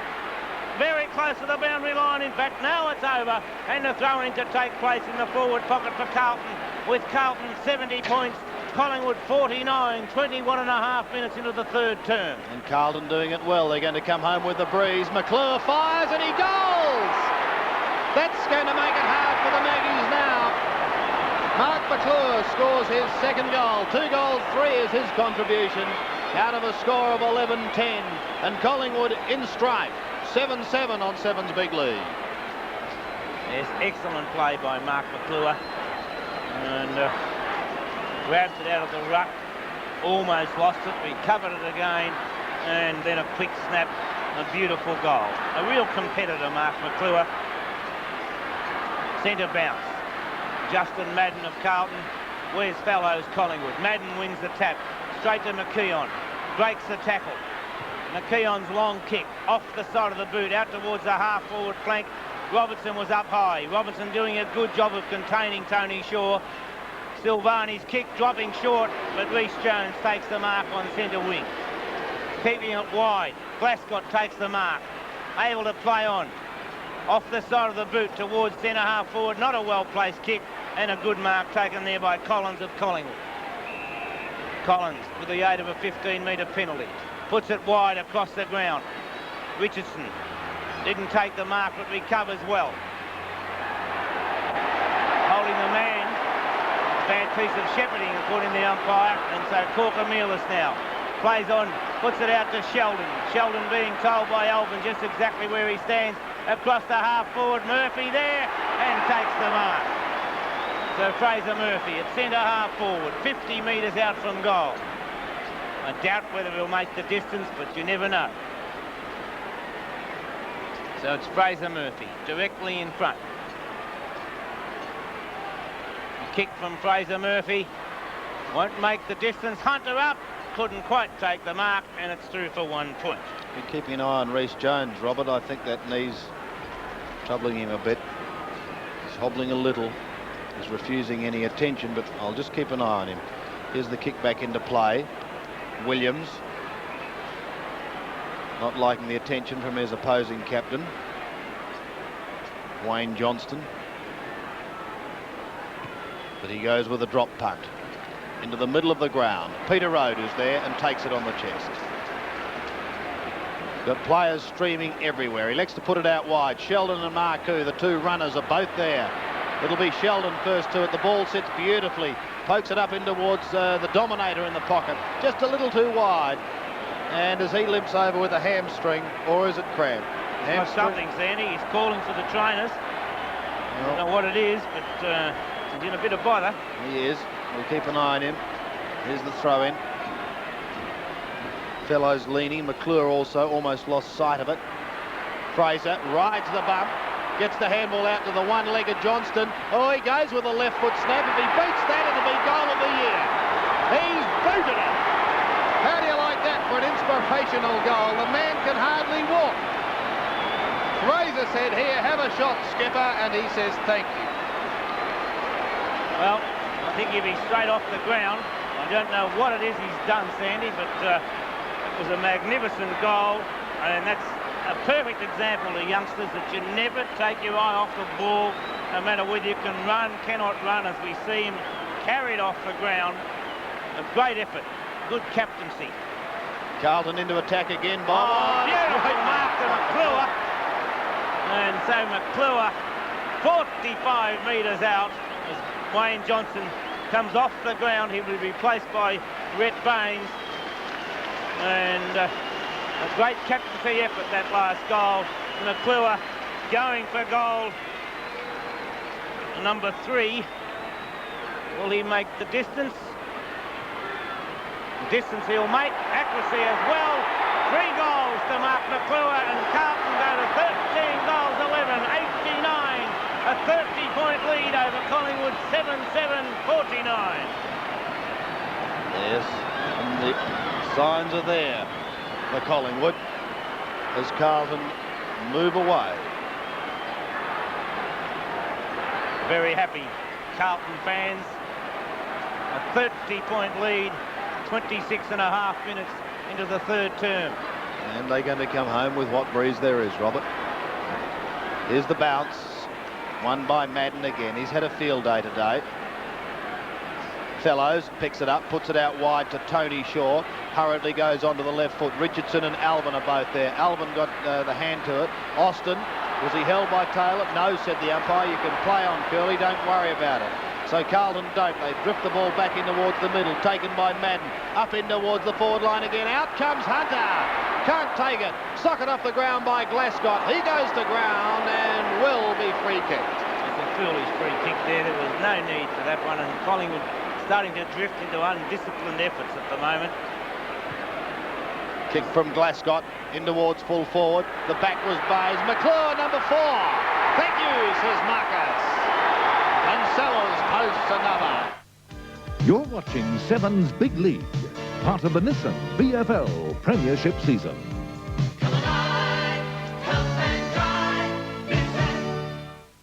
Once again, the third quarter, Carlton's best. They led by 45 points at the final change, finally won by 23. For Carlton, McClure got 4 goals and Hunter 3, and for Collingwood, Taylor got 4 goals. Mullane was the one reported player in the match by field umpire Robinson on a charge of allegedly striking Glascott of Carlton during the second quarter of today's game at VFL Park. In the stats, Carlton predictably on top in most departments. They had 17 more kicks. The Magpies had 6 more marks. The Blues, though, 2 more frees, 10 more handballs, 19 more hit-outs and 8 more shots at goals. Our reporter at league headquarters this afternoon for the Carlton-Collingwood clash was Peter Donegan. Thank you, Peter. Well, there was a lot more at stake today out here at VFL Park than just the 4 points when Carlton played Collingwood. Both sides had to win today to prove that they are genuine finals contenders after crushing defeats in the last 7 days. The last time they played out here at VFL Park, Collingwood had a great victory in the first semi-final last year, but today Carlton had their sweet revenge. The Blues' 46-point lead midway through the final quarter was eventually halved with a belated Magpie onslaught. One of the men instrumental in Carlton's victory was mercurial forward Ken Hunter, who finished with 3 goals. Hunter acknowledged, however, that it wasn't the most polished display of football. Well, obviously, I think there was a lot of mistakes made by both sides, and I think they had a lot of young, inexperienced players, and so did we. But I felt that we probably had a few more experienced players on the day, considering the amount of injuries that Collingwood have got. Collingwood looked pretty good in the early stages, but you bounced back. What do you think the turning point of the game was? Well, I felt that in that third quarter that we were working hard, and something had to happen because I felt that even though we didn't have the result on the board up to half-time, we were still working pretty hard. So managed to come off midway through that third quarter. Carlton skipper Wayne Johnston was forced to hobble off the field with a calf injury in the third term. I got a kick in the calf just in the centre bounce prior to running over near the boundary line near the main scoreboard, and once straight over the boundary line I thought I felt something go a bit, but I think it was just the effects from the kick. I was still warm and I'd run all the way from the centre to the boundary line, and the next thing I know I got just sort of like a bad cramp in my leg, but I think I should be all right. Well, what about that goal you kicked straight after it? You could hardly stand, but you still managed to kick a goal? Well, I was trying to get off the ground, and Fraser Murphy did one of his miraculous runs again, and he got around about 4 blokes, and next thing he's handballed it to me. And I was telling him to kick it, and it hit me on the hands. I just tried to turn around and kick it. I wasn't really sure whether it had gone through or not. It was a great shot at goal, certainly was, by Wayne Johnston. And let's hope he's okay for their next match on next Saturday against Fitzroy. We'll take a break, back with their final match in just a moment. Fitzroy bounce back. Next on 7's Big League. Mazda believe the time has come to create the top one-tonner, the performance power one-tonner, petrol or diesel lighter, top one, the sedan car comfort one-tonner, unique anti-vibration mounting, Mazda, the precise handling one-tonner, bigger wheelbase, more stable, the optimum hauling one-tonner, double skin, big load protection, the top one-tonner, the you won't know it till you drive it, totally versatile, fully imported, all new from Mazda, top one-tonner. Coffee? Coffee? There isn't any. No there were milk days either, when organising the office coffee was nothing short of a drama. But now there's the Cafe Bar ingredient service. A huge range of Cafe Bar and national brands, next day delivery, and we supply all businesses, large or small, even if you don't have a Cafe Bar. Efficient service that does the job while you do yours. Cafe Bar takes the drama out of office coffee. Phone now. You'll like our competitive prices. I've chosen this driver training complex to test Bridgestone's new Computer Cat 2. Surprise situations are built into these roads. They're designed to spring up any time. Because of the low profile and wider tread, it greatly improves grip and safety. I reckon you owe it to your family to drive on Bridgestone's Computer Cat 2. To lead the competition, you need to keep your equipment and your people ready to perform at their best. That's why at Wang, we provide service and support along with our computers, so that the people and companies who use them will always be able to move ahead and stay ahead. Wang, we put people in front of computers. A wave of violence sweeps over the city, catching in its wake young and old alike. And Quincy, victim of a brutal mugging, ready to use every trick in the book to catch his attackers. Quincy, Emmy Award-winning television, Thursday, 8:30 on 7. Success in the Cats' last 2 games after serious injuries hit the team badly, have for the time being at least kept the critics off Tommy Hafey's back, and Geelong this afternoon had a chance to cement their place in the 5 at the expense of Fitzroy. 3 wins from only 10 matches have made it pretty hard for the Lions to reach the 5, even though their recent record against Geelong is fairly good. The Cats, unfortunately, suffered 2 setbacks prior to the match when fullback Gary Malarkey was ruled out with a knee injury, and Gary Ablett was also left out owing to a bruised hip. Our replay tonight begins at the 9.5-minute mark of the 3rd quarter. It's Geelong leading by 23 points, and their commentators at Kardinia Park, Jack Edwards and Peter McKay. We've been playing 9 minutes. Fitzroy in attack, but can they get any further forward? The ball just about thrown out. Taken here by Shane Williams. Williams' left foot kick travelling down the flank, and a mark taken by Morgan. He's had a quiet day. There have been a few fellas out there haven't had much to do. Well, he just shoves Nettlefold out of the way. Up to Roos, over the back is Perk. That's a free kick to Fitzroy. I thought it was interference to Roos as he went for that mark. He and Alderdice have had a terrific duel. Now, he's got a kick of fight here. He's looking there for Philip Knight. Oh, he just marked that and fell into his leg. Gee, they're going all over the place here. Now they're playing short up the member side. Barwick that time. Didn't take it cleanly. He's under a bit of pressure now. It puts his teammate under pressure now. And Roos takes the hand pass away from Philip Knight, taken by Serafini.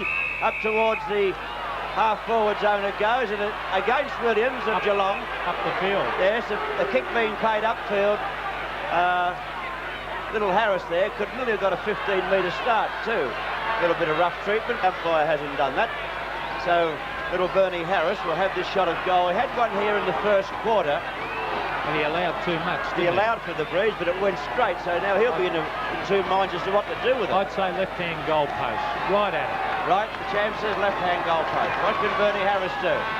That's where he kicked, and I think it might have been a goal. Well called, Pete. He's did it right, he must have heard you. Fitzroy got a goal, and that they needed. Geelong, 12 goals, 4, 76. Fitzroy, 8 goals, 11, 59 on 7's big league. Well, I think that Fitzroy played much better than Geelong in this quarter, Jack, and I think but for that goal to Jackson down there, I reckon they'd be right in this.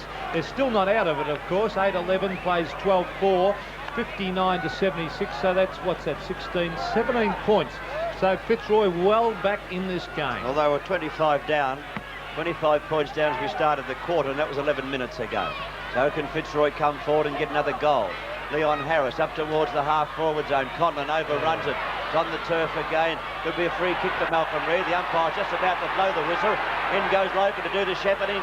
Conlon's there, didn't have possession when tackled. The left foot kick comes out. A chance for Roos. Got pushed in the back by Alderdice. Now's a chance for Serafini to pick up. A long hand pass goes over. And Fitzroy now through Peter Burke. A chance to move it around the flank. Would have been a free kick further around the flank too, but Roos awaits the hand pass, which didn't really come to him, and we'll see about his throw-in taking place. I'll tell you what, Jack, I think you'd agree with me. It's been a very, very entertaining game because both sides are pretty desperate. They really want that ball, and there's been a lot of physical clashes. There's Mark Scott actually dropped the ball there. In went Peter Burke, desperate play. In went Andrew Buse, and the umpire Morrow, who's had a pretty good game, umpire Morrow. I don't think Glenn James has, because I think he's given a couple of shockers today. Geelong 16 scoring shots to Fitzroy's 19 scoring shots, but trailing by 17 points. Ball about to be taken away. That's Serafini again. Was it up towards Conlon? And then you touch of the fumbles. Barwick. Now he can get Quinlan with this one. That's the way to That's the way he's going towards Quinlan. Yes, he's taken the mark. He could have played on there too, because little Leon Harris was shepherding Reid away, and the Quinlan's immediate opponent had fallen over. Well, he could have got in. Yeah, great play. No doubt about this guy. He's best man in the ground by a street, Barwick. His use of the ball is fantastic. There's Bernie. He fires. Oh, beautiful looking kick. There's the goal to Bernie Quinlan. He's kicked 5, and Fitzroy are back in business. They've moved on to 9-11, 65, trailing Geelong 12-4, 76. Well, there's 11 points the difference now. The time clock approaching the 13-minute mark of the third term. It's a very vital third quarter. Every third quarter is in any game of football. Just send a bounce now. Can Fitzroy get another one and close the gap even further? That kicking of Barwick's a delight, Jack. Yes, he's doing well with the ball. Fella's doing well too, Roos. Oh, fumbles again down there. Oh, bad football here. Chance for Couch. Yes, here he goes, Paul Couch. Onto the left foot, a mistake by Fitzroy. And Paul Couch has slammed it through after a fumble by the Fitzroy defence. Geelong 13-4. Fitzroy 9 goals 11, 82 playing 65 on 7's big lead. 3 goals to Paul Couch, a good effort. Certainly pay for your mistakes out there. Oh boy, one fumble and it cost a goal when they had possession of the ball. But we're seeing a great game. They're not out of it yet, Fitzroy. I think we're going to see a very, very good finish to this game, Jack. Well, let's hope you're right, Pete. You've been right a fair bit today, so the ball being put down in the centre. Nearly 14 minutes of the third term. That's unusual for you, Jack. Now can Fitzroy come forward? Leon Harris to Loken, who's got out of the game a bit, but up to the half-forward zone, and little Bernie Harris. Look for Quinlan. He's looking for Quinlan, I think. No, he's going out wide. A well-placed kick too, and the mark has been taken out there by Philip Knight. Philip Knight doesn't want to do that because you'll get reported. Now, can Knight kick this one? Pete, what does he have to do? Well, he's got to be left-hand goal post again, even a little bit, about a metre short left of the left. Oh, that's beautiful kick. Swings away, though, I think, or did it? No! It snuck in, that one. Oh, boy, I thought by the goal umpire he just missed with a beautiful-looking kick. But it's a goal as Mark Scott comes up the ground. Matt Rendell on, a good move at this stage of the quarter.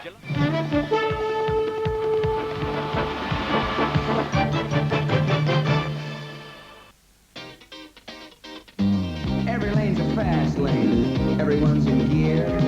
Los Angeles, I can't explain. Just know I'm staying here. It's a city of angels, a city of sun, a city of stars, and maybe she'll be one. And I'm staying for the show. LA.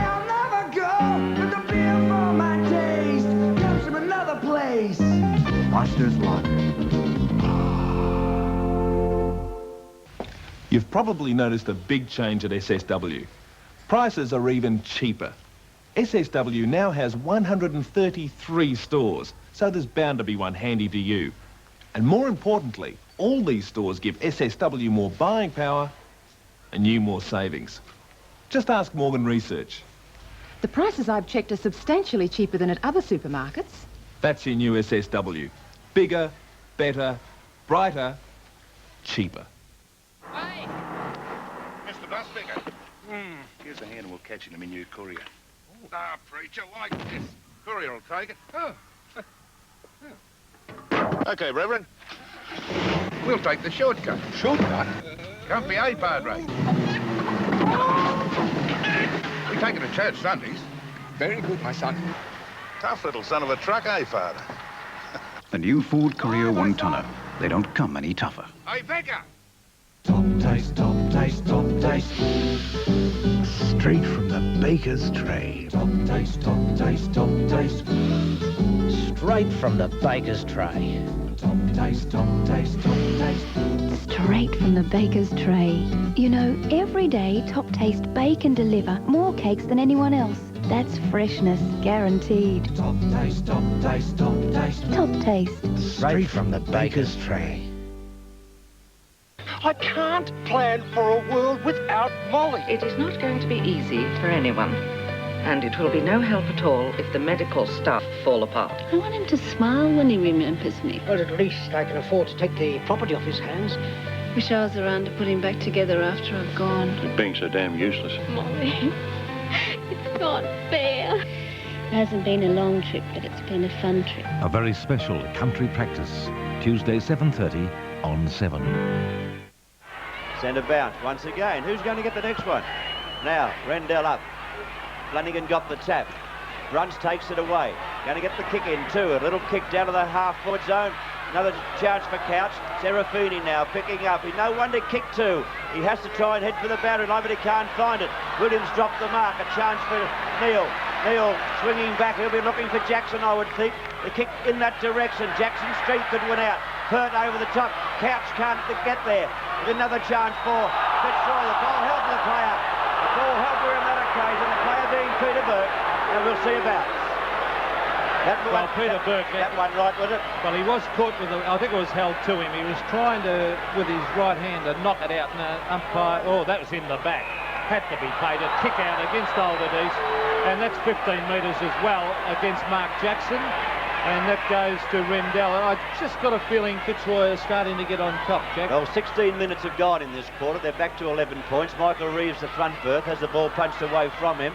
Stuck it down toward the half-forward flank. Alderdice caught by Reeves. A good tackle. The umpire calls play on. Reeves was tripped on that. Oh, no, Osborne was tripped on that occasion, but the umpire could decide it. I'll tell you what, if Osborne could get into the game and start firing, I reckon they'd be a big chance to win it. But well, he's had a very unusual bad day. Not unusual for him, as we see a hand pass come out to Osborne. That was from Roos. Roos a high ball up towards Hallis. Hallis couldn't take the mark. That is Terry Bright down towards half-forward. Now here's Richard Osborne. They've moved him away from half-forward. He kicks to the flank. Oh, what a day he's had. Doug Barwick. How many kicks is that at the moment? 18 kicks.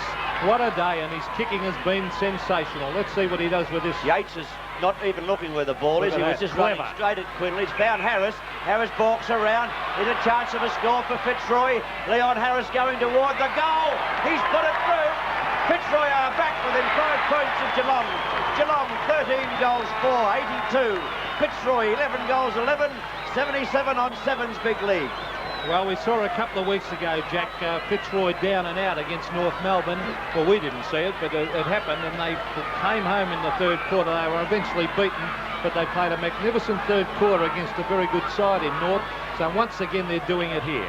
Right, the time clock, 17 and a half into the third term on 7's big league from Kardinia Park. Only 5 points between the teams, and Fitzroy well off target.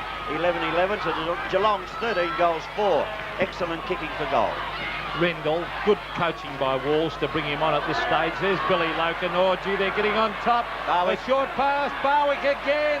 Oh, boy, off he goes. A beautiful pass. Mickey Conlon. He sprints. He runs into the open goal. Mickey Conlon. He fires. a goal. Great play, Barwick. And the Fitzroy side has hit the front.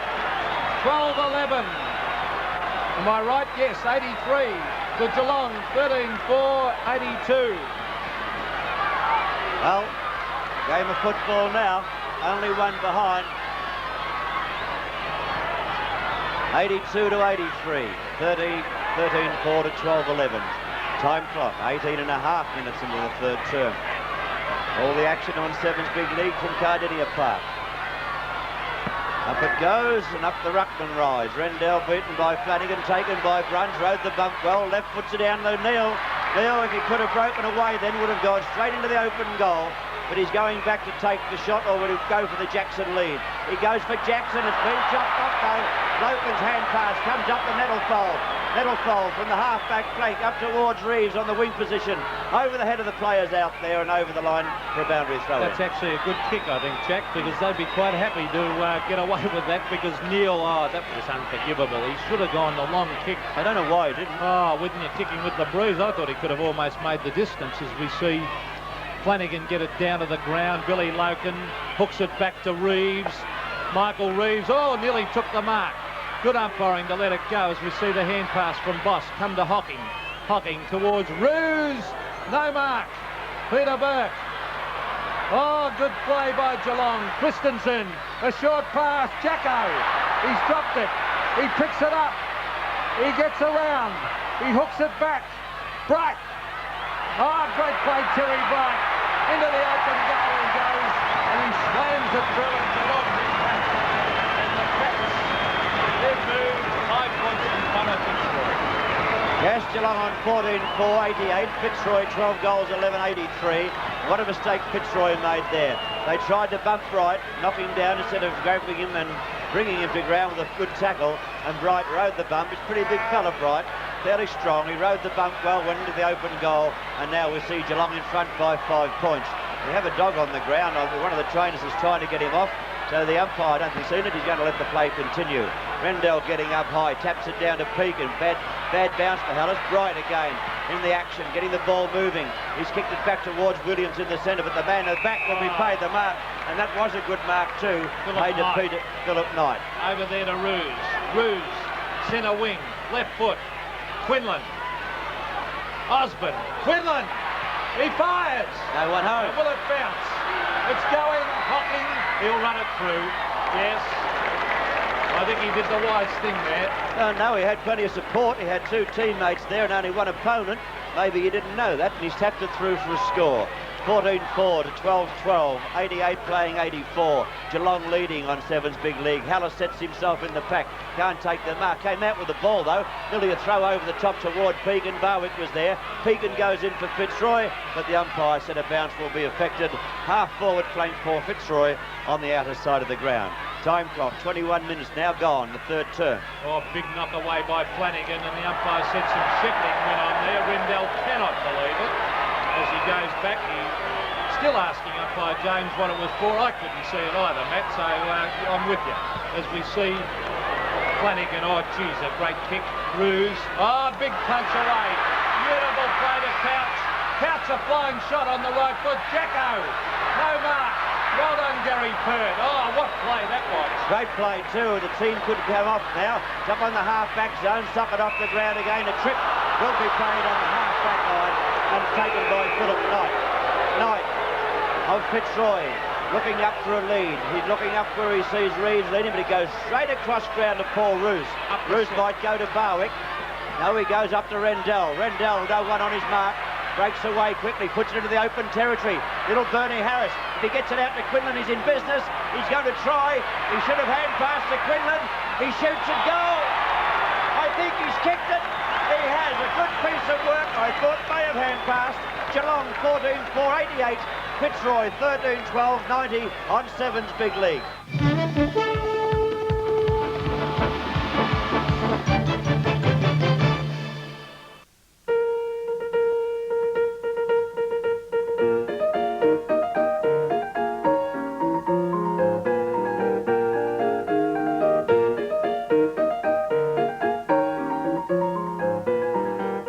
Behind every one of these buttons is a brain, an integrated circuit, And behind every one of these integrated circuits is NEC technology.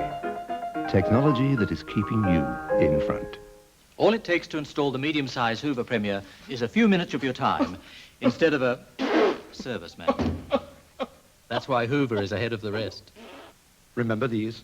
Arnott's potato chips. I used to love them because I was a mere child then. Now, obsolete. Why, I hear you ask, because, dear viewer, they've been replaced by these new Arnott's Ruffles. Potato chips with twice as many ridges for twice the flavor.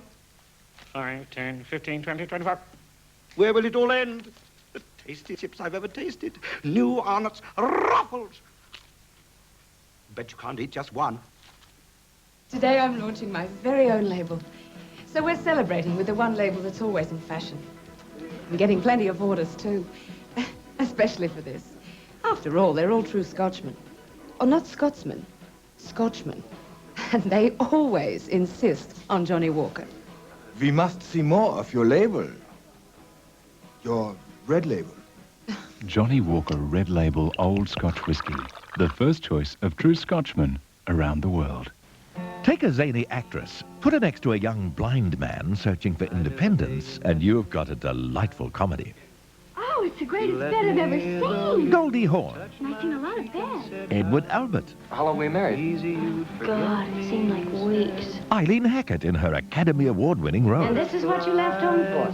This reminds me of something. What is it? Might I have seen you in anything besides your underwear? Everyone will love Butterflies Are Free, Ivan's Movie Classic, Friday 8:30 on 7. Let's go back to the final quarter at Kardinia Park now. We pick up the play at the 5.5-minute mark, and the Lions are leading by 4 points. Once again, Jack Edwards and Peter McKenna. Score being one behind. 100 playing 96 in Fitzroy's favour. Fitzroy have had chances, as you've seen on Sevens Big League, but they're not making the most of them. Osborne and Laurie dispute the ball. It kicked high now into the goal square. Conlon awaits at the back for the crumb, which didn't eventuate. It's a chance for Loken. Goes goalward. Billy Loken's kicked the goal to put Fitzroy another 6 points in front, so 10 points between the teams on Sevens Big League. Yes, Fitzroy getting right on top. Scoreboard 15-6 Geelong. You can see by the scoring shots for Fitzroy 15-16 that they've had most of the play. But that's what they needed. They needed badly to get a goal because they've had all the play in this quarter. Geelong can't get it past their half-forward line where Paul Roos has been absolutely supreme. At the centre bounce with umpire Glenn James. 6 minutes into the final term. Fitzroy 106. 10 points in front of Geelong. Hand pass to Bruns. Bruns moves it to the half-forward zone, but Roos is there. He's played a superb game at half-back. He goes out wide looking for a teammate. Yes, he finds Peakin. Peakin gives it to Leon Harris. Leon Harris can see Hallis there, but his little pass was chopped off, and big Flanagan goes forward up to the half-forward zone. It travels. Roos in pursuit will play for the boundary line, and he wins out. Well, the play from Harris was right. You can see Hallis in there all by himself, but the pass was chopped off. And amazing, you know, just one mistake and the ball can be up the other end and maybe a goal for the other side in no time. You can see by the papers at the back that Fitzroy have the advantage of the breeze, although most of the scoring's been done at the opposite end, strangely enough. There's Nettlefold going in. Was that a free kick? Interchange no, there for Geelong too. Coming on for Geelong, Pete, is Damien Christensen. Yep, number 39. We must remember that Ablett and Gary Malarkey, they're certainly missing Ablett's brilliance up forward. Malarkey, well, he would have been on Quinlan, of course. There's the hand pass coming out to Peakin. That was from Loken. Out wide, Darren Flanagan. There's no doubt, I like Flanagan. He never stops trying the whole time, and even when the ball's wide, he must be tired. He still chases. He's a very improved player, is Darren Flanagan. Scott opposing him now in the ruck, but Flanagan's been doing well. Scott got that one down to Billy Loken, who's doing well too. The mark has been taken on the outer side over there by Yates. Mark Yates on the half-back flank, kicking in towards the centre of the ground. Christensen gets in, but Laurie's there for Fitzroy. Now Grant Laurie can see Barwick in the centre all by himself. That's where the ball has been delivered, giving Barwick an opportunity to pick up and swing back. It's no opposition yet. He's going to take pride on it. Gone short to Hallis, and he's taken the mark. Fitzroy moving the ball well, playing good football. Doug Barwick's had a great day this afternoon. Best on the ground by a street. Now Hallis had a shot, as you remember, only moments ago in this final term on Sevens Big League, and he missed. So can he kick a goal? Because he hasn't any to his credit. coming in from only 35 to 40 metres out. Scoreboard showing Fitzroy are leading by 10 points. Oh, bad shot. He's hooked that one also, so he's not happy with the way he's kicking, even though he's got, you can see he's got his right knee bandaged. I don't know whether that's affecting his kicking, but another behind. 15-17, 107 to 15-6, 96 on Sevens Big League. Well, Barwick had done the right thing with a beautiful pass it was. Here's a chance. Grant Laurie, he's playing a terrific quarter now. He is a great kick of a football. You'll look for Quinlan, you can bet on that. You watch Quinlan ducking back. He wants to make a lead. There's the space. Oh, he's kicked it instead. Oh, bad pass. Chance still for Fitzroy. Cross. Shovels it out of the way. Mark Scott, Harris. Oh, play on. Or was it in the back? In the back set up by James, and it's Bernie Harris. Plays on. Oh, here's Billy Loken. Runs into the open goal. He fires. It'll be a free kick.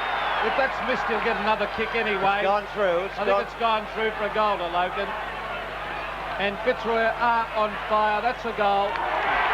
Yes, on Sevens Big League. The scoreboard being changed now to show Geelong on 15 goals, 696, and Fitzroy sitting on 16 goals, 17, 113 points. A difference of 17 points in favour of Fitzroy on Sevens Big League. Well, all the sting has gone out of Geelong, and I think it's because Leon Harris has gone on to Greg Williams and has cut him right out of the game, and Geelong can't get it out of centre. At the centre bounce. Can Geelong come back on their home territory? There's the kick. That is from Bernie Harris down towards half forward. Out the door is this Bernie Harris now. It's Bernie Harris. That was Cross who got it out. Over to Hallis. Back to Bernie Harris. He goes in after it. Oh, he's ducking around. He's still got it. He hooks it back. Who's there? Mickey Conlon. Yes. Oh, free kick. No. He's got it, Conlon. Lovely hand pass to Hallis. Over to Quinlan. 7 goals for the Fitzroy champ. Bernie Quinlan just about sealing the fate of Geelong here in the first 10 minutes of the game on Sevens Big League. Geelong 15-6, 96, and Fitzroy 17-17, 119. Beautiful football by Fitzroy. They're recovering. When they make a mistake, they're able to recover. Now, what are they doing? Alderdice has gone into the ruck. Flanagan is being rested to centre forward, but he's not at centre forward. Roos is there on his own. Flanagan's got to run all the way around the square and get up to centre forward, so he'll take 5 minutes to get there. He's so tired. At the centre bounce, Fitzroy have now kicked 3 goals, 5 in this 11 minutes of the final term, and Geelong have not scored. On the ground it is. Don't want to get it out. Osborne tries to get it out, can't do so. Into a pack it goes, and the umpire said a free kick to Geelong. Yes, a free kick. This is Shane Williams. I think it is Shane Williams, the ex-Richmond player. Oh, look at this. Hocking's taken the mark. Nearly getting there was... Oh, gee, you've got to go over your mark, don't you, umpire? No, centre umpire James. Up towards half forward, where it's taken by Flanagan. Back to Hocking. Here's a chance. Up towards Perk. Oh, Perk charges through. Greg Williams runs the ball forward.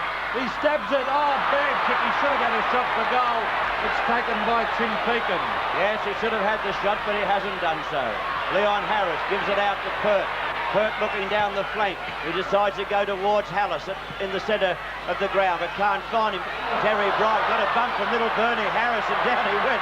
It's been picked up by Barwick. Barwick swings it around. Conman's there, so is Quinlan. And Quinlan from Barwick. What about that for a display of kicking? I haven't seen a better display of disposal of the ball by a player in a long time. Barwick's been responsible for about 8 goals. Right, he's given it to the fellow who can kick them too. Bernie Quinlan going for his 7th goal. 8 from Surrey. Is it there? It is so. So Fitzroy in the final term here at Kardinia Park have run right away from Geelong. Geelong 15-6 have not moved since 3/4 time, and Fitzroy are now on 18 goals, 17, 125. And Fitzroy coming right away from Geelong in the final term to win by 31 points. Major goal kickers for Fitzroy. Quinlan got 8 and Loken 3, and for Geelong, Jackson got 5 goals. One reported player, Yates of Geelong, by field umpire James, in a charge of allegedly striking Bernie Quinlan in the face during the 2nd quarter of today's game. In the stats, Fitzroy on top in most departments, and by big margins. They had 52 more kicks, 31 more marks, 21 more handballs. Geelong won the hit-outs by a small margin, Fitzroy 11 more frees, and they also had 16 more shots at goals. You're watching Sevens Big League. We'll take a break. Back in just a moment.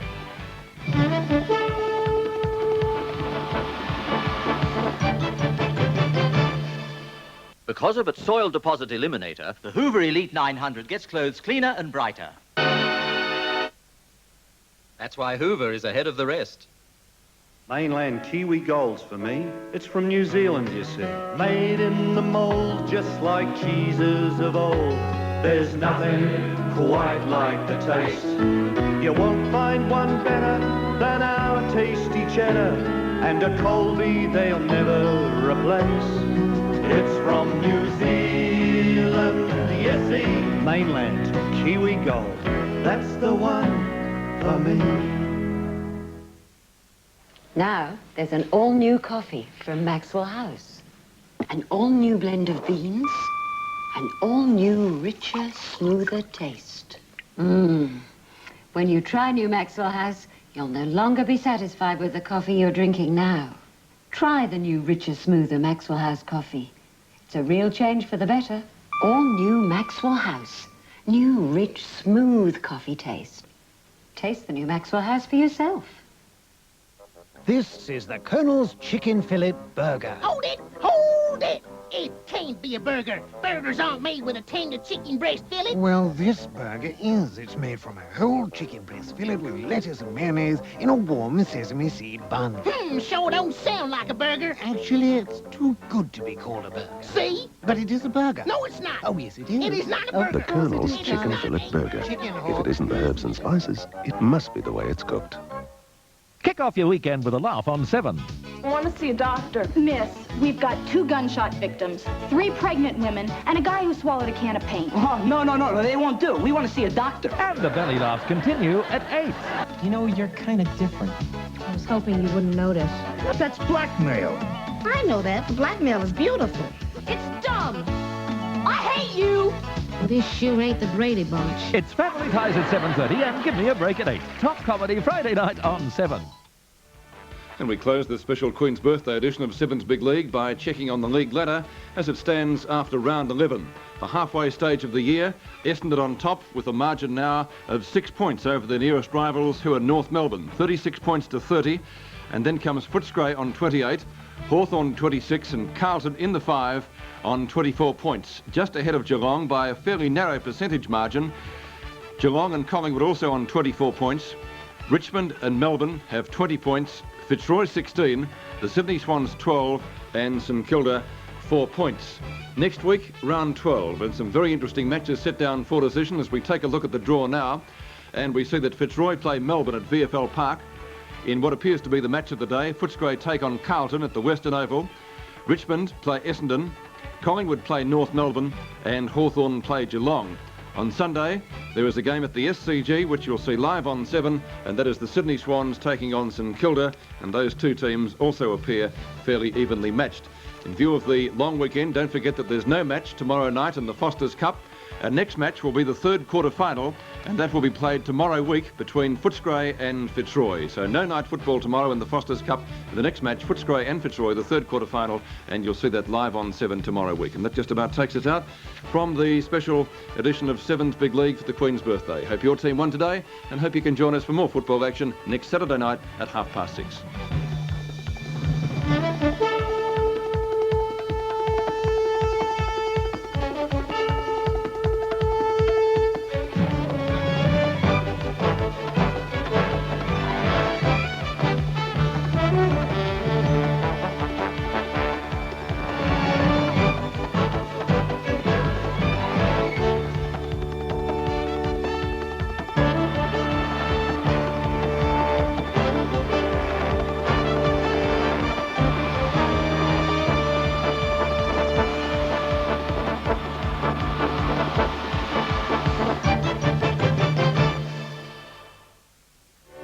Sevens Big League was proudly brought to you by General Motors Holden.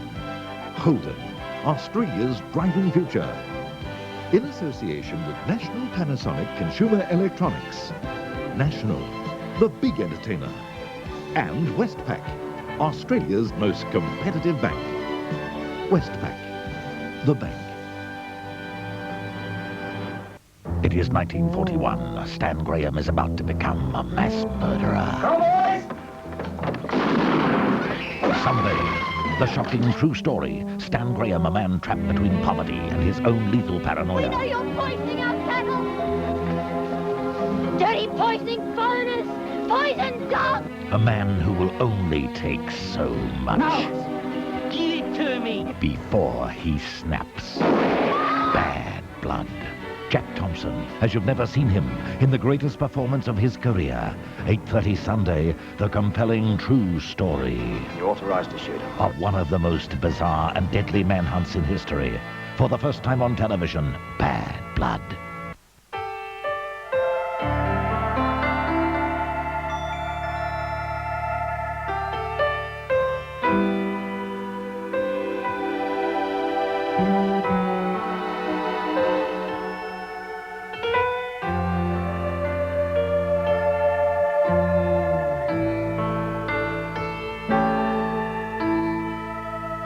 The new Ford Fairlane. If you don't deserve it, who does? Which major computer company does Alcan count on to control their production and their office systems? Digital. You can count on us. Come on, Jenny. Come on, John. Do your best and have some fun. Mum, can we please have a Milky Way? Milky Way is just the thing to keep them happy. Delicious milk chocolate outside, and with its centre whipped till it's light and fluffy, it won't fill them up. So they'll still enjoy lunch. Let's go home and eat. Milky Way, the sweet you can eat between meals without ruining your appetite. This year's most exciting fashions aren't made in Milan, Paris, or Tokyo. They're made at home, designed by Serdar. Created by me. The Marshalls make a terrific team. They really get things done.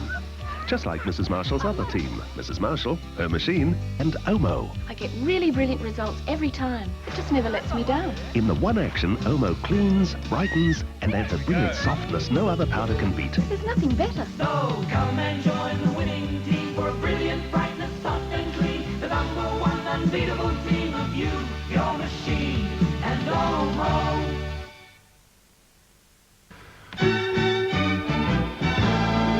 The news of Molly's condition spreads through the small community of One Valley as Molly's fight draws to a close.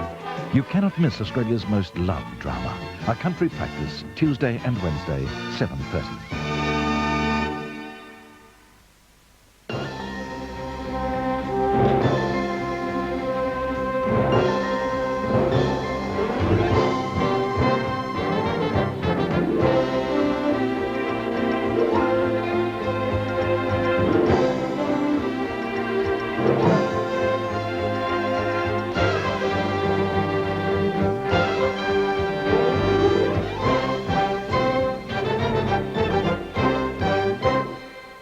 Good evening, everyone. The jury in the Norm Gallagher case has not yet reached a unanimous agreement on a verdict. The judge has asked them to try yet again, indicating if they cannot reach a verdict, the union secretary will have to be retried. So far, the jury has spent 5 days considering the evidence. 53